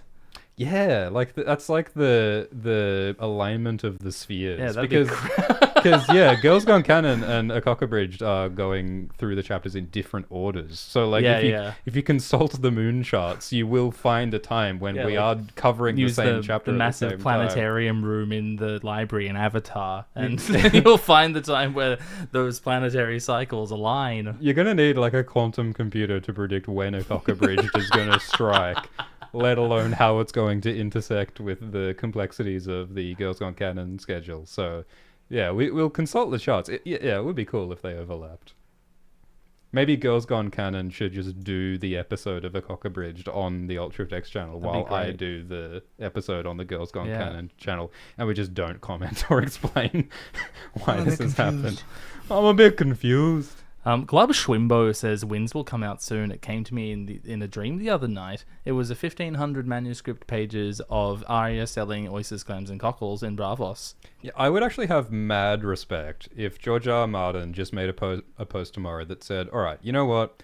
I had a bit of difficulty trying to finish Winds. So instead of writing The Winds of Winter, I've written a fat Jerusalem-sized novel of Arya having adventures in Bravos. I mean, he's spoken about wanting to do that. George has said that he wants to write like novels and novels about Arya's adventures in Bravos. Maybe he should just do that. I think he really should just have done that. At this point, maybe he should just do that. Arya in Bravos, I've said it before, is like probably the most exciting untapped location in George's world. And Arya is just such a fun, chaotic character. And all of the background of the mysteries of the so Faceless colourful Men, and wonderful, and it's Iron so Bank, evocative of all the other shit he's written in his career. Like, it's just rife for exploration. And that whole setting of the more sort of like technologically, socially, economically advanced city, like all those like European capitals of the time. Like, there's a very particular era that he's drawing from that gives him a lot to play with that he can't do in Westeros. Amsterdam and Venice. Yeah. Just so much fun. Thank you, Small Paul Superfan. Who says "Oh." Ahmad says, Bowen Shitmarsh repeatedly spreads defeatism and despair. Back argues every single thing his Lord Commander says, openly has a meltdown in front of everyone when he hears an order he doesn't like. I mean, he's lawful good. Yeah, no, I mean, look, you're real for that one, Ahmad, because something that we didn't acknowledge is that from John's perspective, Bowen is really annoying. Yeah, he's a bitch. He's really annoying, and he just complains and brings up problems, and he doesn't offer, like, any solutions. Well, he's a bureaucrat. Yeah. That's what they do. Well, he's doing his job. It's, like, I don't know if it's Bowen's Bowen is just trying to do his job, and he's alerting Jon to the very serious problems that are indeed very serious problems. But, like, yes, from Jon's perspective, Bowen is a giant pain in the ass who does nothing constructive. So that's part of why Jon doesn't, like, communicate with him more. Yeah, so, Bowen Marsh shows up to his office and he's like, oh, fucking hell. This guy again. The old pomegranate. Thank you, Ludlauzik990, who says, no idea what's happening, but as a D&D player and ASOIAF fan, this is going to be a mess. Absolutely. Can't wait to see what happens. Been listening to Dragon Time at work and been making work bearable. Glad we could help. Thank you, Eric's Evil Twin, who says, thanks for everything. Thank you, Eric's Evil Twin. Thank you, Eager, who says, hey, Swift and Gibby, would you guys be interested in reading the Witcher books? The first two are made up of short stories, but still worth reading. Those bastards are the only good thing to come out of Poland in the last century, so give them a go. Yeah, I've heard good things. I mean, I like the idea that it's short stories. I'm a fan of short stories. I do like short stories. I feel like I should just play The Witcher 3. That's been, like, on my list for a while. It's a very, very bloody good game. Yeah, everyone says that. I played, like, the first, like, few hours of Witcher 3 once, and I was like, yeah, the writing in this game is better than the writing in any game I've ever played, except maybe for Disco Elysium. You've played Disco Elysium? Well, I played the first few hours. I've played, like, the first few hours of, like, several things, but, like, I have not finished all that many things. A lot of modern games are just so fucking big, and who has the time when I'm too busy playing Baldur's Gate? Thank you, Charles. And I've got to fit in my 3 hours of Isaac every day. Of course. When are we doing another Isaac live stream? Right after this stream ends. Old Swift Shrames. Thank you, Charles Duggan, who says, Swiftopotamus and Astroglidus. Please don't call me that. With your food series, did you set out to write a dissertation on George Martin's style, immoral commentary, or just to riff on George Martin's fetish for bacon burned black? Both? Look, when we started, we did not expect or realize that it would go as deep as it did, I think, into the heart of the series. It did start as a shitpost. Yeah, I mean, like everything we do, it started as a shit post, but then accidentally became kind of interesting along the way. Yeah. Yeah. Thanks, Lavilla Hawthorne, who says, greetings, Glenera's Horseborn and John Schnift. Fucking hell. Thank you for helping me laugh, relax, sleep, and for inspiring me to write my own fantasy stories. Oh, that's awesome. Hell yeah. Every redhead in Westeros is secretly Tormund's child, especially Tully's. Seen fake Jon Snow 8 times. Wow, you must know all of the hay bales. 8 times? That's like, what, 200 hours of us talking about Kit Harington? Are you okay? That's awesome. Should we call someone? Is your family, like, are they, you know? Of course, if you would like to watch our magnum opus, The Fake Jon Snow, a 22-hour-long video about Kit Harington, you can watch it on the Glidus Patreon, or the Alt Shift X Patreon, which I hacked, or Nebula. It's long. Pretty good. And it is coming to YouTube someday. Also, remember to like and subscribe to Glimbus. Oh, if you could like the stream, that'd be awesome. That'd be pretty cool. Dude, imagine if everyone pressed the like button. What a world we'd live in if everyone pressed the like button. Yeah. Just imagine. The like button is such a weird construct because, like, it used to be that it would be a measure of, like, the quality of the video. Well, back when there was the dislikes. Yeah, back when there was, like, the 5-star rating system and everything. Oh, but, like, the 5-star rating, take me back. We need to return. It's, like, slowly evolved into this completely arbitrary measure of, like, the YouTuber's ability to convince the viewer to perform an arbitrary task. Press button. For like, nothing more than to measure whether they can make people perform a task. Which, like... Can we make you press the like button? It's a very weird... It's like a Pavlovian situation. I don't know what I'm saying. It's just weird, man. I think you do. It's weird, man. It is. Thank you, Nanny Moose, who says, to the Shrifto, to the Glime, till the grease drip down my chin. Was that the correct delivery of that? Yeah, that was perfect. Okay. Anonymous says, hi, have you read any of Robin Hobb's works? Gurm seems to think highly of her writing. Love your work, and I'll be attending Glidus, a Feast of Tiwao live in concert mukbang in 2058. Yeah. Madison Square Garden, be there. Someone was just telling me to read Robin Hobb. I don't know much about her, but she's meant to be a really good fantasy writer. I don't think I've read anything by Robin Hobb. Yeah. Thank you, Disco Grass, who says, do you one better? Wins opens with a homage to Muppet movie 1979. I'm already there. Mage and Galbert in a rowboat My God. stumble upon Howland Reed, twanging his banjo on a log and chatting with lizard lions. In his best Kermit the Frog, he says, It ain't easy seeing green. Wargs out.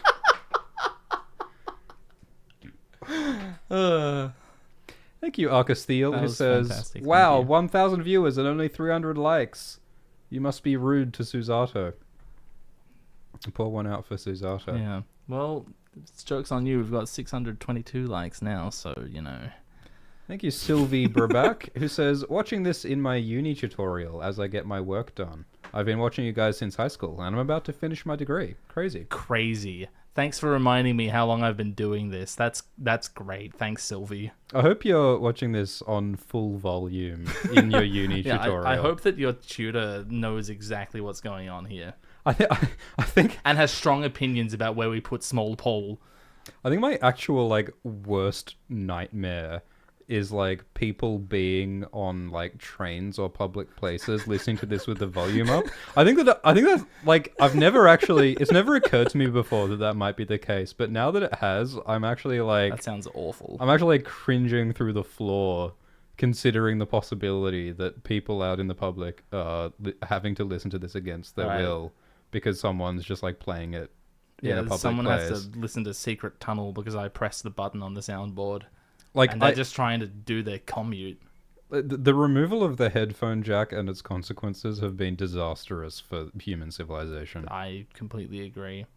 Thank you, Yusuf Q, who says, love all that you do, Schwifterless and Glimbob. Who's your favorite Hand of the King? Viserys the Second. The left one. Oh yeah, left hand. Yep. Thank you, Stan Key, who says, do you think Bloodraven can tell Targaryen prophetic visions apart from Grease? That's a great question. What do you think he would do if he had a dragon dream of Bittersteel's gilded skull paraded before Fagon on the Iron Throne? I love that question so much. Well, what do you think? I think that having read and maybe enough of George's work, I think it makes complete sense that Bloodraven would not be able to tell the difference. Yeah, And like every other character in A Song of Ice and Fire can't discern the source of their wacky dreams. Yeah. Yeah, and like lots of characters have dreams, not just the, Targaryens and yeah. A lot of them might have been sent from Bloodraven. Yeah, the dreams are all very sort of confusing and ambiguous, and they're like interpreted through the lens of that particular person. And Bloodraven seems extremely befuddled. Yeah, is anyone more confused than Bloodraven?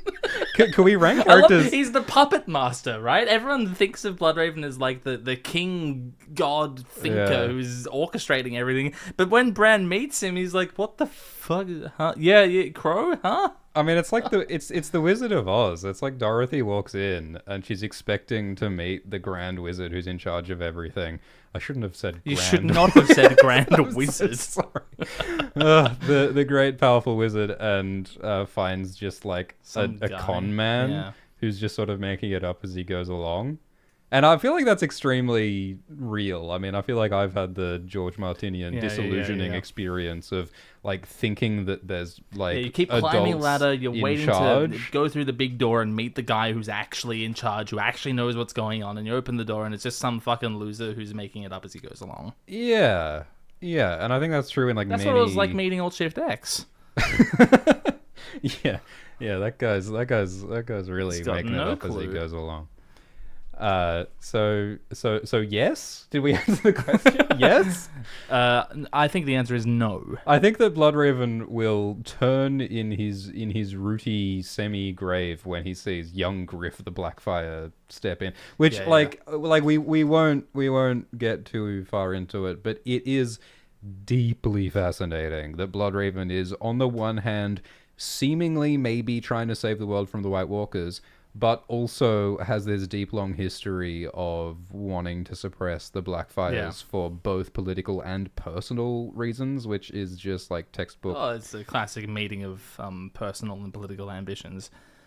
Yeah, I think you can make a strong argument for Bloodraven being one of the most fascinating characters in the series, and he's not a POV character, and he only appears like a couple of times in like the margins of other stories. It's like, man, he's good. He's so fun. Man, he's good.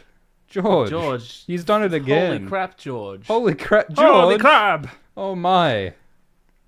Thank you, Olivia, who says, a question about Varys is where are the tongueless adults? Oh, God. He's been doing that for decades. Some have to have grown up. No, they don't. Those children don't have to grow up. We've discovered a new way to be horrified by these books. Yeah, you're so right. What happens to the mute children when they become mute adults? He gives them to Euron Greyjoy and puts them on the silence. Oh, no. That's the pipeline?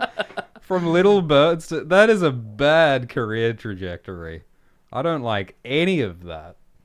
Yeah, no, they're killing those children. Hi, Isaac.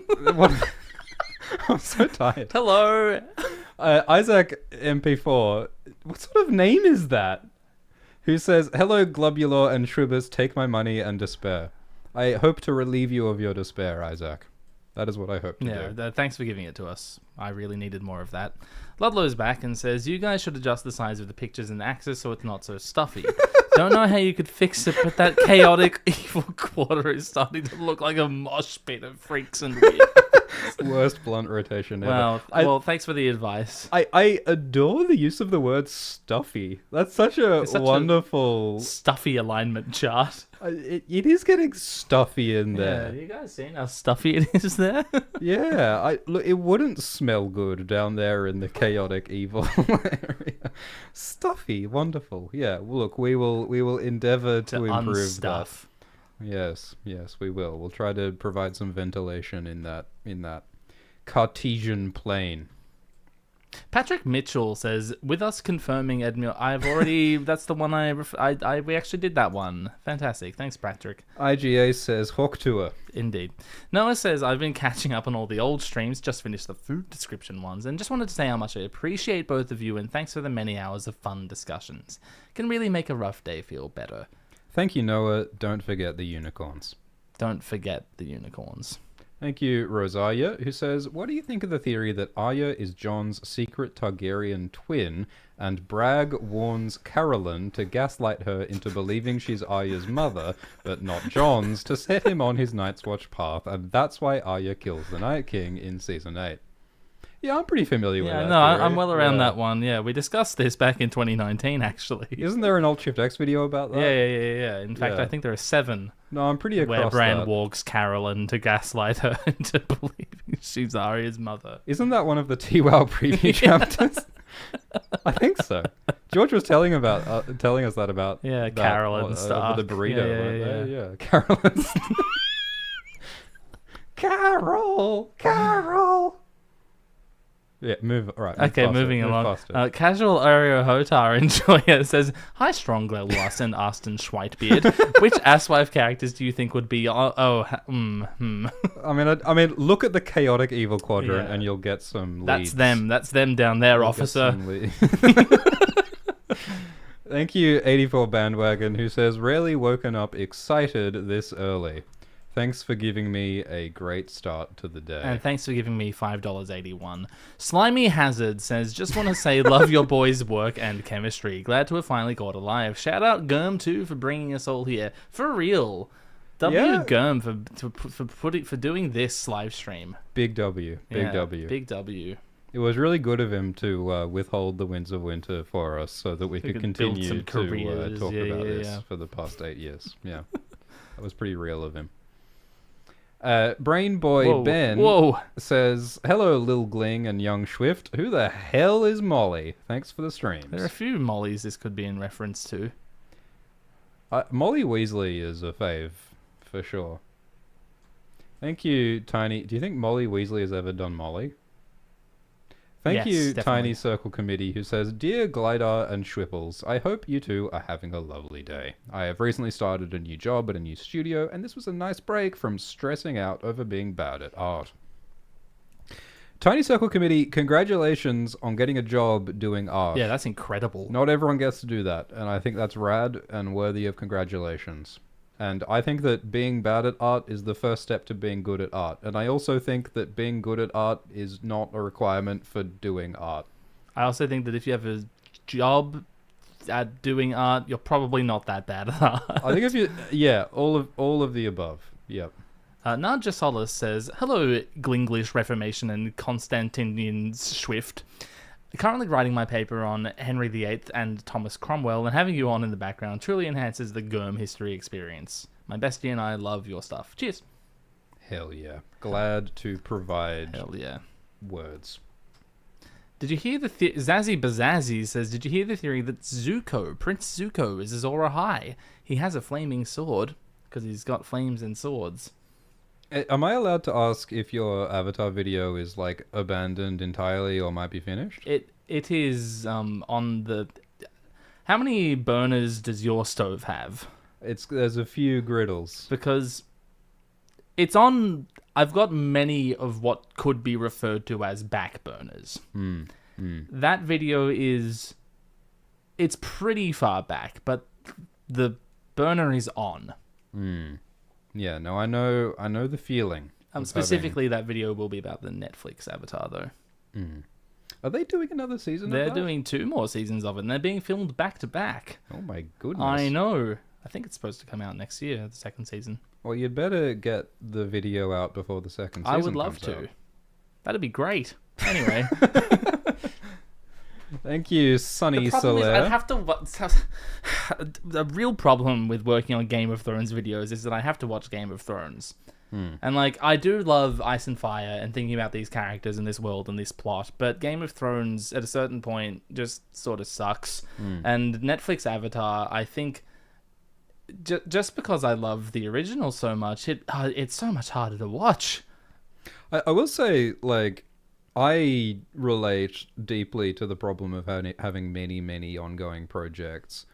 And something that I've learned is that sometimes when you put it on the back burner and you lose the momentum of that project, it's really hard to recapture the momentum of that project to finish you it. don't have to tell me that. And, like, you know, once you've gone off that project and once you've gone off that story, you've got to, like, get back into that story and, like, rewatch Get everything back on the and horse. relearn Yeah, everything. Yeah, it's all about horses. And so the thing I keep... And, like, this is not me telling you what to do. This is me telling myself what to do.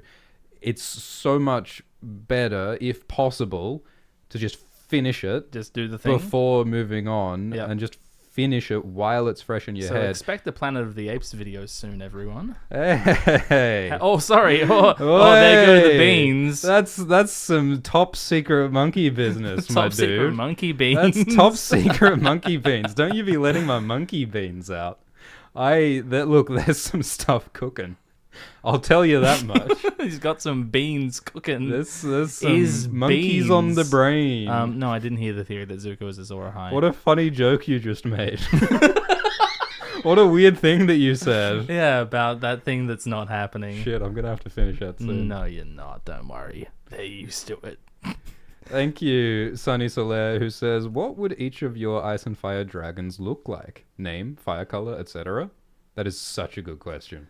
I can't believe I haven't thought about this already. That is such a good question. I want my dragon to be green and noodly and, like, I think, like, kind of aquatic. Like, sort of a swamp dragon. Like a Loch lizard Ness. lion dragon. No, it's like a cryptid. It's like a cryptid, snaky, slithery swamp dragon with some big flappy wings and a funny looking head. Green and maybe flame. kind of, like, frilly.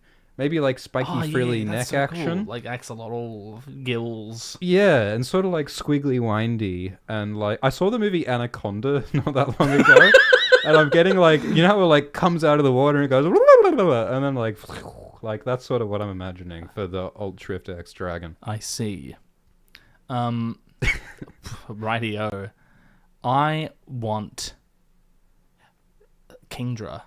Kingdra. Yeah, Kingdra The from seahorse, Pokemon. the seahorse Yeah. Pokemon. Oh, it's like my favorite Pokemon. Do you think that your dragon could beat my dragon in a fight? Well, does your dragon resist Dragon Pulse? No, it doesn't. It's weak to it. Shit. Yeah, I can't. Does your... I've got all my EVs invested in special attack and the choice specs equipped. What do you have? Yeah, I'm gonna be real. My dragon is not EV trained at all. It's wild. It's untrained. Its IVs are all over the place. I'm also running Resto Chesto. You don't stand a chance. Oh, Abby says fuck. Aemon reminds me of Nicodemus in The Secret of Neem. Is that made up? I don't think it's... Well, I think in the sense that a lot of things are made up. Abby, can you comment what the secret of Neem is in the comments, please? Because I need to know now. It's going to keep me up all night. And then I'm going to have to make a Secret of Neem video, and that's going to delay the monkey business, and that's going to delay a cock... Don't... Alright, forget I said anything. Are you still talking? Forget I said anything. Sorry, I started that before I'd finished reading it. Zalada says, are you familiar with the Crown of Candy, the Dimension 20 season? It's my favorite ice and fire / food themed content. It's a shockingly competitive space. Are you serious? I've never heard of this. You're a D&D enjoyer. I am, but I don't really get kicks out of watching other people play it. Yeah, I know it's very popular. I know people who love that stuff. I have not seen it, but I have heard good things. Thank you, Peter, who says, I watched the Dragon Time Season 2, Episode 5, and when you mentioned the son of Belandra Targaryen, I did as you said. I paused the video, I created my own Nebula account, and watched the entire fake Jon Snow. That's and incredible. It was worth it. Awesome. Thanks for the support, Peter. We appreciate it. Paul Siegel says, GLaDOS and Shodan, thanks for the hours and hours and hours and hours and hours of entertainment. Alignment chart for Fire and Blood next. I mean, Fire and Blood has a lot of characters in it who were mentioned in 2 sentences and then, like, perform sexual acts and then leave. Refuses to elaborate. Yeah. And we also have the House of the Dragon alignment chart, don't we? We have that. That exists. I think that's a thing that we have. Yeah, we could continue that. I think that, like, before House of the Dragon Season 3 comes out, we should do another installment That's of the probably a good alignment idea. chart. Yeah. Thank you, Bonus Stone Studios, trademark, who says, how do the great houses have signature looks? If genetics are passed down equally by both parents, how can any looks stick with a house? To it. Look, I'll tell you the answer. Magic. It's magic. Authorial intent. It's magic. You know, it's the same reason why anime people all have, like, different brightly colored hair. Well, how are you going to know that Yugi Moto's the main character unless he has the most ridiculous hair you've ever seen? Who's Yugi Moto? He's Yu-Gi-Oh! Oh, nice. From Yu-Gi-Oh! Yu-Gi-Oh, you say? Yeah. Yeah, look, I'll take your word for that one. Elamist says, is the Glidus guest streamer for a cock-abridged still a possibility? I will also wish upon a star that you discuss Guardians 2. Yeah. Talk about Guardians on a stream one day. You could do that. I would like to do that. Yeah. I would like to do a cock-abridged. I feel like the reason why we haven't done a cock-abridged together is that it would be 5 hours long. It sure would. And a cock-abridged has been proceeding at a pace that some have described as glacial. And we don't need it to get any frostier. But I've seen species evolve faster than that YouTube series you're working on. It's true. But yeah, maybe in the future. Ludlow's back and says, wind is like knot with a knot within a knot within a knot. But super excited for Duncan Egg. Yeah, so real. So real. Still think it should have been called The Hedge Knight just for THK. Yeah, so the title... The title, A Knight of the Seven Kingdoms. It's going to be longer than the show. The Hedge Knight, an HBO original, exclusive to Max. It's not a good title. I hope everyone calls it Duncan Egg, but I don't know if they will. I hope they do. It's such a mess. But I agree that Wins is naughty for sure. It's a bit of a mess. And maybe it will take Alexander the Great to come along and slice it in half with a big old sword. For sure. Thank you. Much like you will slice the winds of winter with a knife so that you can eat it. Thank you, Lavilla Hawthorne, who says, please play more Telltale Game of Thrones video game. I'll pay money for it. Also, would love me some more Glenaris piano tunes on stream. Much love. I really do need to have a keyboard set up for these somehow. Yeah, absolutely. I do stream on Twitch occasionally, and I do play piano on those. Is it allowed to be known that you have invested in a new musical instrument? I suppose it is. I don't really see how it's pertinent, but I did recently purchase a keytar. A keytar? A keytar. A keytar. Yeah. Can you please play your keytar on our next live stream? Yeah, sure, whatever. We'll put like Lyman Bees. Can you take like a sample of Lyman Beesbury and then like play it like vocoder, like sure auto I can tune, like you sample can just that, go like yeah. Beesbury, like you just do like a Beesbury solo. Okay. Just like do a few licks of the buzz man himself. Is that? Can you do that? Yeah, leave a comment if you want that specifically. We keep saying that we didn't feel all that into the Game of Thrones Telltale stream, but everyone keeps asking us to do more of it. So like I guess we could revisit it By popular demand. Yeah, I guess. Thank you, Anonymous, who says, "Love you, mad lads. Favorite crazy prediction that has no textual evidence. Mine is that Euron will warg a kraken and eat one of Daenerys' dragons." Well, there's plenty of textual evidence to support that. God, I'm sure there's lots of those that I believe. Just cool sounding for no ideas that are reason. based on nothing. Yeah. Yeah. Gosh, do you have one? Jaime riding a dragon. Really? Yeah. Well, okay. I'll take your Because word I like for that Jaime one. and I like dragons. Do you get it yet? I think Craster's going to be the third head of the dragon. No, you don't. As a Targaryen You're lying. bastard. I think that, I don't know. I think that lizard lions are aliens. That's what I think. I think the Howland Reed conversation pit TWOW epilogue now, not prologue. I mean, there's honestly some good evidence for that. Yeah. So, you know, Well, all right. I believe that Howland Reed has a bright orange shag pile carpet. That is my non-evidence The based theory. problem with your question there, Anonymous, is that there's so much text that you could, and it's so ambiguous and vague and wishy-washy and prophetic that you could use it to justify just about any belief. If you've seen our Pictionary streams, you've seen that we have the ability to find textual evidence for literally anything. So it's pretty hard to not. And if you haven't seen our Pictionary streams, you might not be aware that there is merchandise available based on those streams. Do you like the pivot? Was that a good one? Please tell me more. Well, I don't have a handy visual here to show you, but there are links in the description for the purchase of shirts and prints. Art prints. You could be shitty wearing MS Paint. Well, it was actually Photoshop drawings of made-up ice and fire theories that we had to argue. You can rep Omniwalder out in the world. You can rep. Oh, not Cersei Targaryen yet. I really need to turn that into a shirt or a hat. I think Cersei Targaryen would slap as a hat. You can rep Giles Rosby and Cold Hands sharing a womb and get some interesting looks from passers-by. Try explaining that one. Yeah. That's a great goal in life, to create the most inexplicable clothing. It's been tried, but few have succeeded. I think we're up there. Thank you, Sigurdrazet,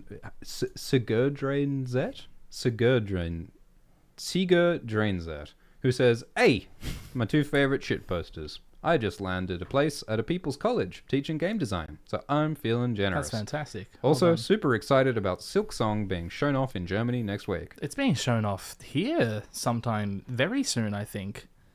I thought I need to Silk hit that Song one. was a myth. I thought it was the Winds of video games. It is, but it turns out Winds is actually going to come out. Oh my gosh. Yeah. Well, here's another person in our chat who is being paid to do art, so that's well done. Pretty awesome. Congratulations. I love it. Thank you, Zippy Heyday, who says, "Your videos make me very happy." Thank you for making them. Oh, that's lovely to hear. Thank you. Awesome. Thank you, Anonymous, who says, "Hey, Genghis Khan and Schwantaclaus. Wow. What's your opinion on HBO confirming A Night of the Seven Kingdoms will be 35-minute episodes?" Did they confirm Or did that it'll be someone just 35-minute say it? episodes? Or did someone make up some clickbait? I don't know. It might be. I was doing a little reading recently, and I did not see any official announcement of that. So Yeah, my but, response is check your sources. Yeah, but 4 Twitter accounts said it, so it must be true. It had a photoshopped image that looked official, so it must be real. Yeah, not just anyone can make those. Talking Thrones put the HBO logo on the thumbnail, so it It must be a real official trailer. announcement. Yeah. The Valyria movie's coming out next week. Yeah, guys, like, can we like, not do misinformation on the internet, please? No, it's fun. Can we please It's not? so much Can we fun, please though. not? Sorry, Anonymous. I don't want to be a downer. Do you think that A Knight of the Seven Kingdoms should have 35-minute episodes, Glidus? I think it should have however long episodes correspond to the scripts that have been written for it. I would like the writers and the creatives to decide how many episodes and What how sort long of they loony fantasy land are you living in? Let me just ride my golden pony to fairyland and ask for a story that's driven by creatives rather than Do executives. you want a slice of this special cake that only artist advocates can eat? Yeah, and I've got a magic fairy dog who never farts and likes to sing in Portuguese. Alright, thanks, Papaloo Dog, who says, "Hi, Glumpus and Schleem. What would you guys think about a book accurate A Song of Ice and Fire animated series?" Yes, please! I don't have a firstborn son, but if I did, you go ahead. Take it. You can have my first, second, and third firstborn son for an Ice and Fire animated series. Yeah, no, I've wanted that all along. Not my fourthborn son, though. Derek is a real one. No, I need Clyde. Thank you, Leo, who says, @VI no. I see. It's real intriguing, cryptic messages sometimes. Hey, they needed to get that one out there. Emma Crocs on page says, "Have you all read The Locked Tomb? Asimov's level of ambiguity, lore, and extremely weird feudal core relationships, and way funnier sex jokes." So Thank you, Gumbo and Stew. So there's a book called Gideon the Ninth by Tasman Muir. And it's about like a necromancer in like a vaguely science fictional, vaguely fantasy world, and it's really cool. I've only read like half of the first book, Gideon the Ninth, but yeah, it is extremely rad and it is extremely funny. I like the tone of it, and yeah, it's like horny in a weird way, and it's like it's got quite a unique like tone, and like the world building is very cool. So yeah, I should finish that book. I really liked reading it, and Tasman Muir is a Kiwi as well, which is kind of rad as well. So yes. What's the question? Yes. Have you read The Locked Tomb? Half, almost. There we kind go. of. Yeah, thanks, Emma. Right, sounds good.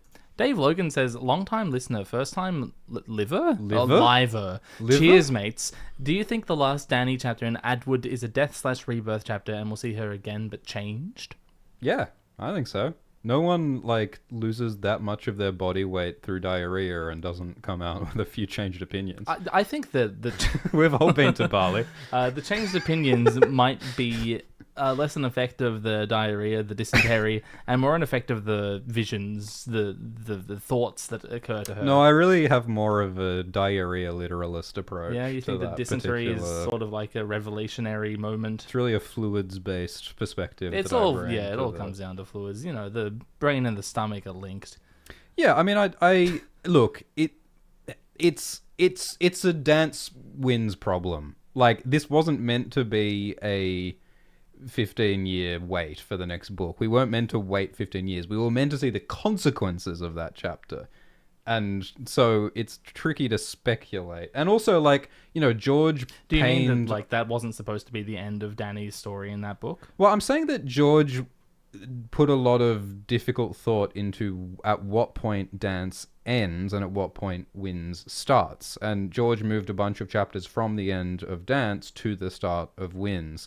And he has said that, like, oops, I put way too many cliffhangers at the end of dance. Oopsie doopsie. So, like, I guess I'm just saying that, like, structurally, it's just kind of a weird situation where we've been waiting this long to find out what Dany's diarrhea journey is leading to exactly.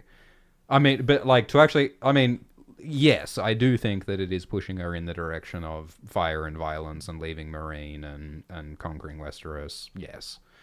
And, I mean, Death Rebirth, I mean, she kind of already did that at the end of Book 1. I think that it'll lead to going to Vase Dothrak.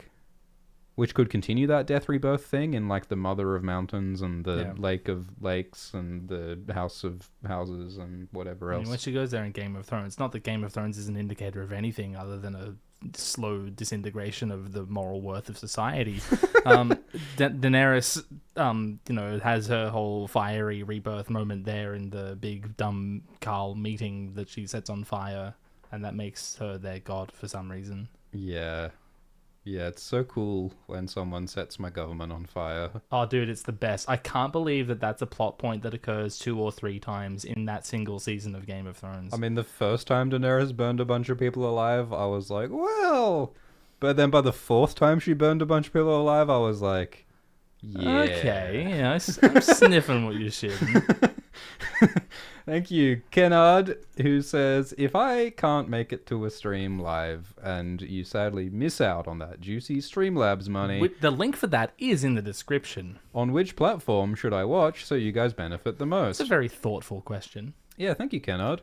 I think that Nebula is the best place to watch Swift and Glidus in terms of us getting paid. The numbers I'm not entirely clear on. It's definitely not Spotify, though. Yeah, Spotify has never paid anyone anything as far as I'm aware. Yeah, I'm pretty sure that they hand Taylor Swift like a handful of buttons every year. They select a small, hand-picked selection of the worst people in the world, and they give them some money. But they don't give money Not even to... musicians. Certainly not musicians, no. No, don't be silly. Yeah, no one makes any money from the podcast. The podcast is just there so y'all can listen without ads on podcast apps, offline, however you like. If you want us to get paid, then Patreon is probably the best way to directly support us. And if you want to support us by watching, Nebula is great. Nebula also gives you access to a bunch of other creators' exclusive and early access content. And the fake Jon Snow. And the fake Jon Snow. YouTube Premium is also actually a good way to support. If you try, you cannot try YouTube Premium. If you get YouTube Premium, you're stuck with it forever because you can't go from adless YouTube that you can watch while your phone is locked back to regular YouTube. That's most of the reason why I put all this stuff on the podcast feed, is that it just aggravates me to think that people are leaving their phone screen on, draining their battery, and wasting photons just because YouTube won't let them turn their screen off while they're listening to these streams. Like, that's just ridiculous. So you can listen to this podcast anywhere, and it doesn't have to be Spotify. It could be free podcast apps. Just saying. Link in the description. Just saying. Podcasts are available in many places, not just Spotify. Thank you, Storm's End Reactor Operator, who says, gotta work. We'll check the full stream later. Does pasta exist in Westeros? What a question. You just made me gasp. I'm like 90% sure that pasta has never been mentioned. I'm pretty in a sure Song of Ice pasta and does Fire. not exist in Westeros. I mean, is pasta an Italian word? Like, I think George doesn't use Italian words in Ice and Fire. Just crazy because he's from Jersey. Yeah, I don't think it does. I don't think it's been mentioned. How hard is it to invent pasta? Not to, like, shade the people who invented pasta. But, like, anyone could have done that. Like, with respect to Italy, like, how does one invent pasta? I feel like you should be able to figure it out if you've got the ingredients. Or am I crazy? I don't think it's that well, pasta-like foods exist in so many places. So I think that it's simple enough to arise. Thank you, Zeed, who says, honestly, just wanted to say thanks for the evergreen content. I didn't, like, it shocks me that Ice and Fire is considered evergreen content, given that the TV show ended 6 years ago. But I mean, I'm happy to keep talking. Won't complain. If you're here for it, we'll be here. If you're having fun, I'm having fun. Yeah. Thank you, Propagandalf. Ooh, that is a good That's name. hard. He says, have you read the 3 Body Problem series, and would you ever do videos on it? I'm asking, but also demanding. I read the first 3 Body Problem book, and I enjoyed it. And I've heard that the sequels are even more weird and fun. So I would like to read the rest of the series at some point, and I am intrigued by the existence of the American Netflix TV adaptation, and also the Chinese TV adaptation. I think it would be really interesting to compare the different adaptations to the books. I didn't like the Netflix TV adaptation very much, but I'm open to the idea of three-body problem content at some point in the future. I'm not. Gior R.R. Martin says, "Hi, Swifty and Glimbo. Howland Reed living in a floating castle is a Howl's Moving Castle reference." It is. It is. Thank you, Marin. Thank you. Who says, "Hi." Very off-topic question, lol. But you mentioned Baldur's Gate 3, Gligar. Which class do you prefer to play, and which characters do you like the most? Okay, caveat, I've only done 1.5 playthroughs. My first one was as a Berserker, and my second one is as Dirge, Storm Sorcerer, multi-class Tempest Domain Cleric. Can any you of say those? that more slowly, please? No, you'll figure it out. You get to romance sexy elves in that. Yeah, and a don't bear. you? Yeah. Do you want to reveal which character you romanced, or is First that time too personal? The first time I romanced the alien frog, Ooh. and the second time I'm romancing the hot demon, the hot tiefling. Cool. Didn't some people voice act in that? A lot of people, it turns out. Did Abby Thorne? Abby Thorne voices a minor character in Baldur's Gate 3, yes. There's a bunch of other people. I'm trying to remember. Yes. Yeah. The answer is probably yes, Yes, isn't it? probably. Yes. Okay. It's a huge Yes. game, and Larian sourced a lot of internet famous people. Well, J.K. we didn't Simmons. get an invite. J.K. Simmons, famous as Tenzin from The Legend of Korra, I'm sure he's been in other projects as well, voices one of the main villains in Baldur's Gate 3, and I love him in it. It's Cool. great. Rad. Neat. That was a joke about J.K. Simmons being known for The Legend of Korra, by the way, in case anyone thinks that's what I know J.K. Simmons from. What is he from? He's very prolific. JK. We really need to wrap this stream up. Zane says, "Hey, Swift," and the other one, "Wow, okay, fine, I'll let you do it." Just saying. Let 1,000 flowers bloom. But I did the wrong voice. Can you do the voice? But, let 1,000 blossoms bloom as far as I'm concerned. But I ain't spending any more time on it. Because meanwhile, in far north Queensland, a person's torn to pieces by a crocodile every 3 months. That's pretty good. It's not that great. That's pretty good. What a legend. Thank you, Lulu, who says, "Hey, love you guys. Was just wondering, when did you both start reading Ice and Fire, and was it before or after the Game of Thrones show?" During. Yeah, I started reading during, I think around like season 2, season 3. It was in 20... No, I started reading in like 2013, which, that was like season 3. Yeah. Right. So it was around like season 2, season 3. I didn't engage in Game of Thrones, A Song of Ice and Fire at all until after season 5 had finished coming out, at which point I, absorbed everything I possibly could before season 6 started, so 2015. Rad. Thank you, Mihai, who says, "Hey, Alt Big Chest and Cletus, do you play MMORPGs?" I don't. I did play the start of Dune Awakening, because that's a new Dune game that is an MMO. And I had fun playing the first bit of it, and then I was like, I feel like it wants me to spend another 100 hours playing it, and I don't want to spend another 100 hours playing it, but it does seem cool. That's my opinion. You'd rather spend those 100 hours playing Isaac, right? And No. getting Sacred Heart and Sacred Orb in the same angel room. Are you kidding me? Yeah. That screenshot you sent me fucking blew my mind. Yeah, man. Yeah. I used to, like, in the long ago, I used to play World of Warcraft, but I wasn't that interested in actually the MMO elements of it. I liked exploring Kalimdor and Azeroth. That's what I was there for. I'm actually really interested in the story of Warcraft as well. And I think I have a video somewhere in my body about Warcraft at some point in my life. Do you know about the Lich King? Yeah. There must always be a Lich King. Yeah. Is that a... We'll have a sidebar about the Lich King. There's actually some very obvious, clear, intentional references to Ice and Fire in Warcraft. Cool. Yeah. That they put in like during the pre-TV show era. Yes. Warcraft 3, The Frozen Throne, came out in, 2005? Maybe even before that. And the final mission in it is called A Symphony of Frost and Flame. Hell yeah. Yeah. So you're saying that the Lich King is a Night's King reference? In fact, it's sort of interesting because the Night King in Game of Thrones really does seem to have some aesthetic relationship to the Lich King in Warcraft, which may have been lightly inspired by ideas in Ice and Fire, but probably not, sort of. It's fun how like timey-wimey all the sort of influences can be. Like if Ice and Fire influenced Warcraft, which influenced Game of Thrones, you know? It's like how like the Dune books influenced the Star Wars movies, which influenced the Dune movies, you know?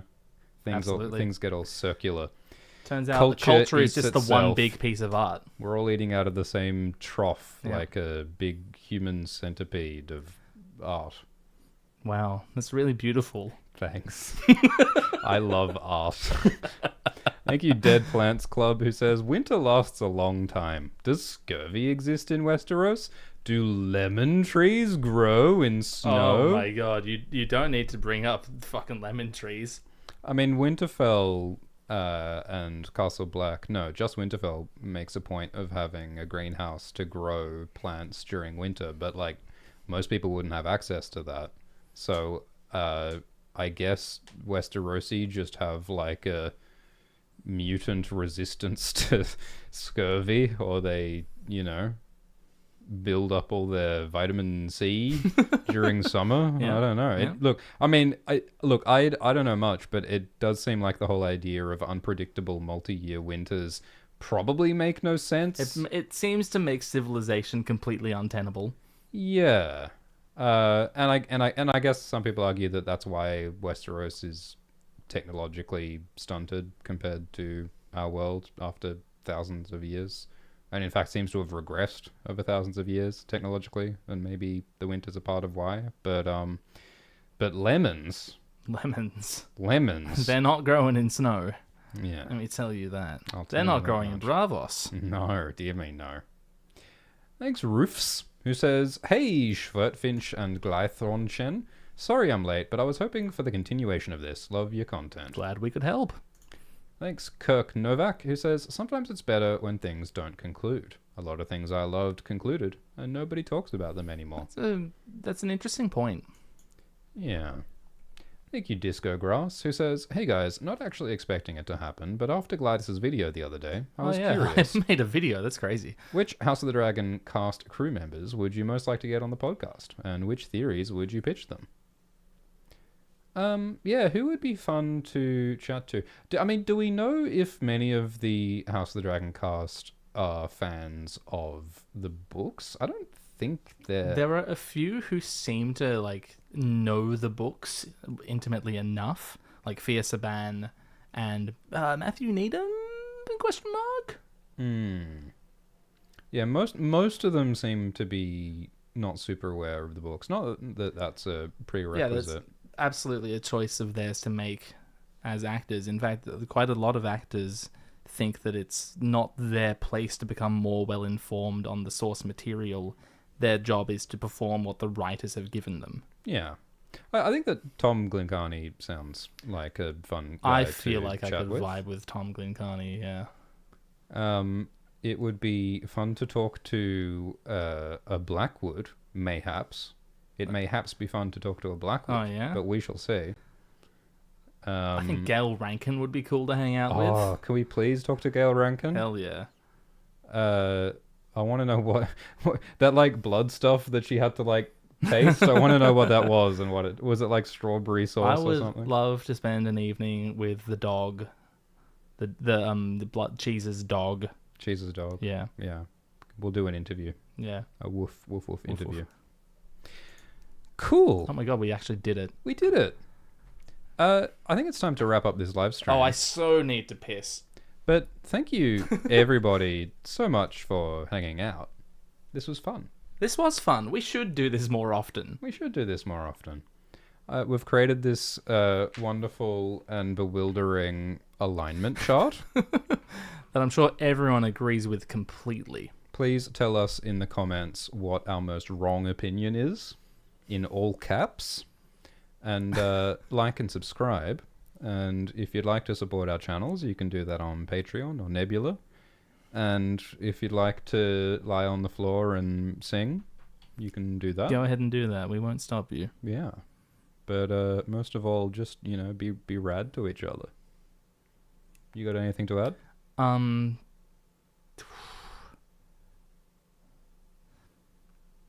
These streams really, blow one's mind up. 7 hells. Yeah. They're confused. Yeah. Yeah. Why would I say anything when we've got those sound bites to really communicate everything for us? Oh. And remember, everyone, most of all, avoid incest at all costs. Hell yeah. okie dokie. All right. Thanks, folks. Bye-bye. Bye-bye.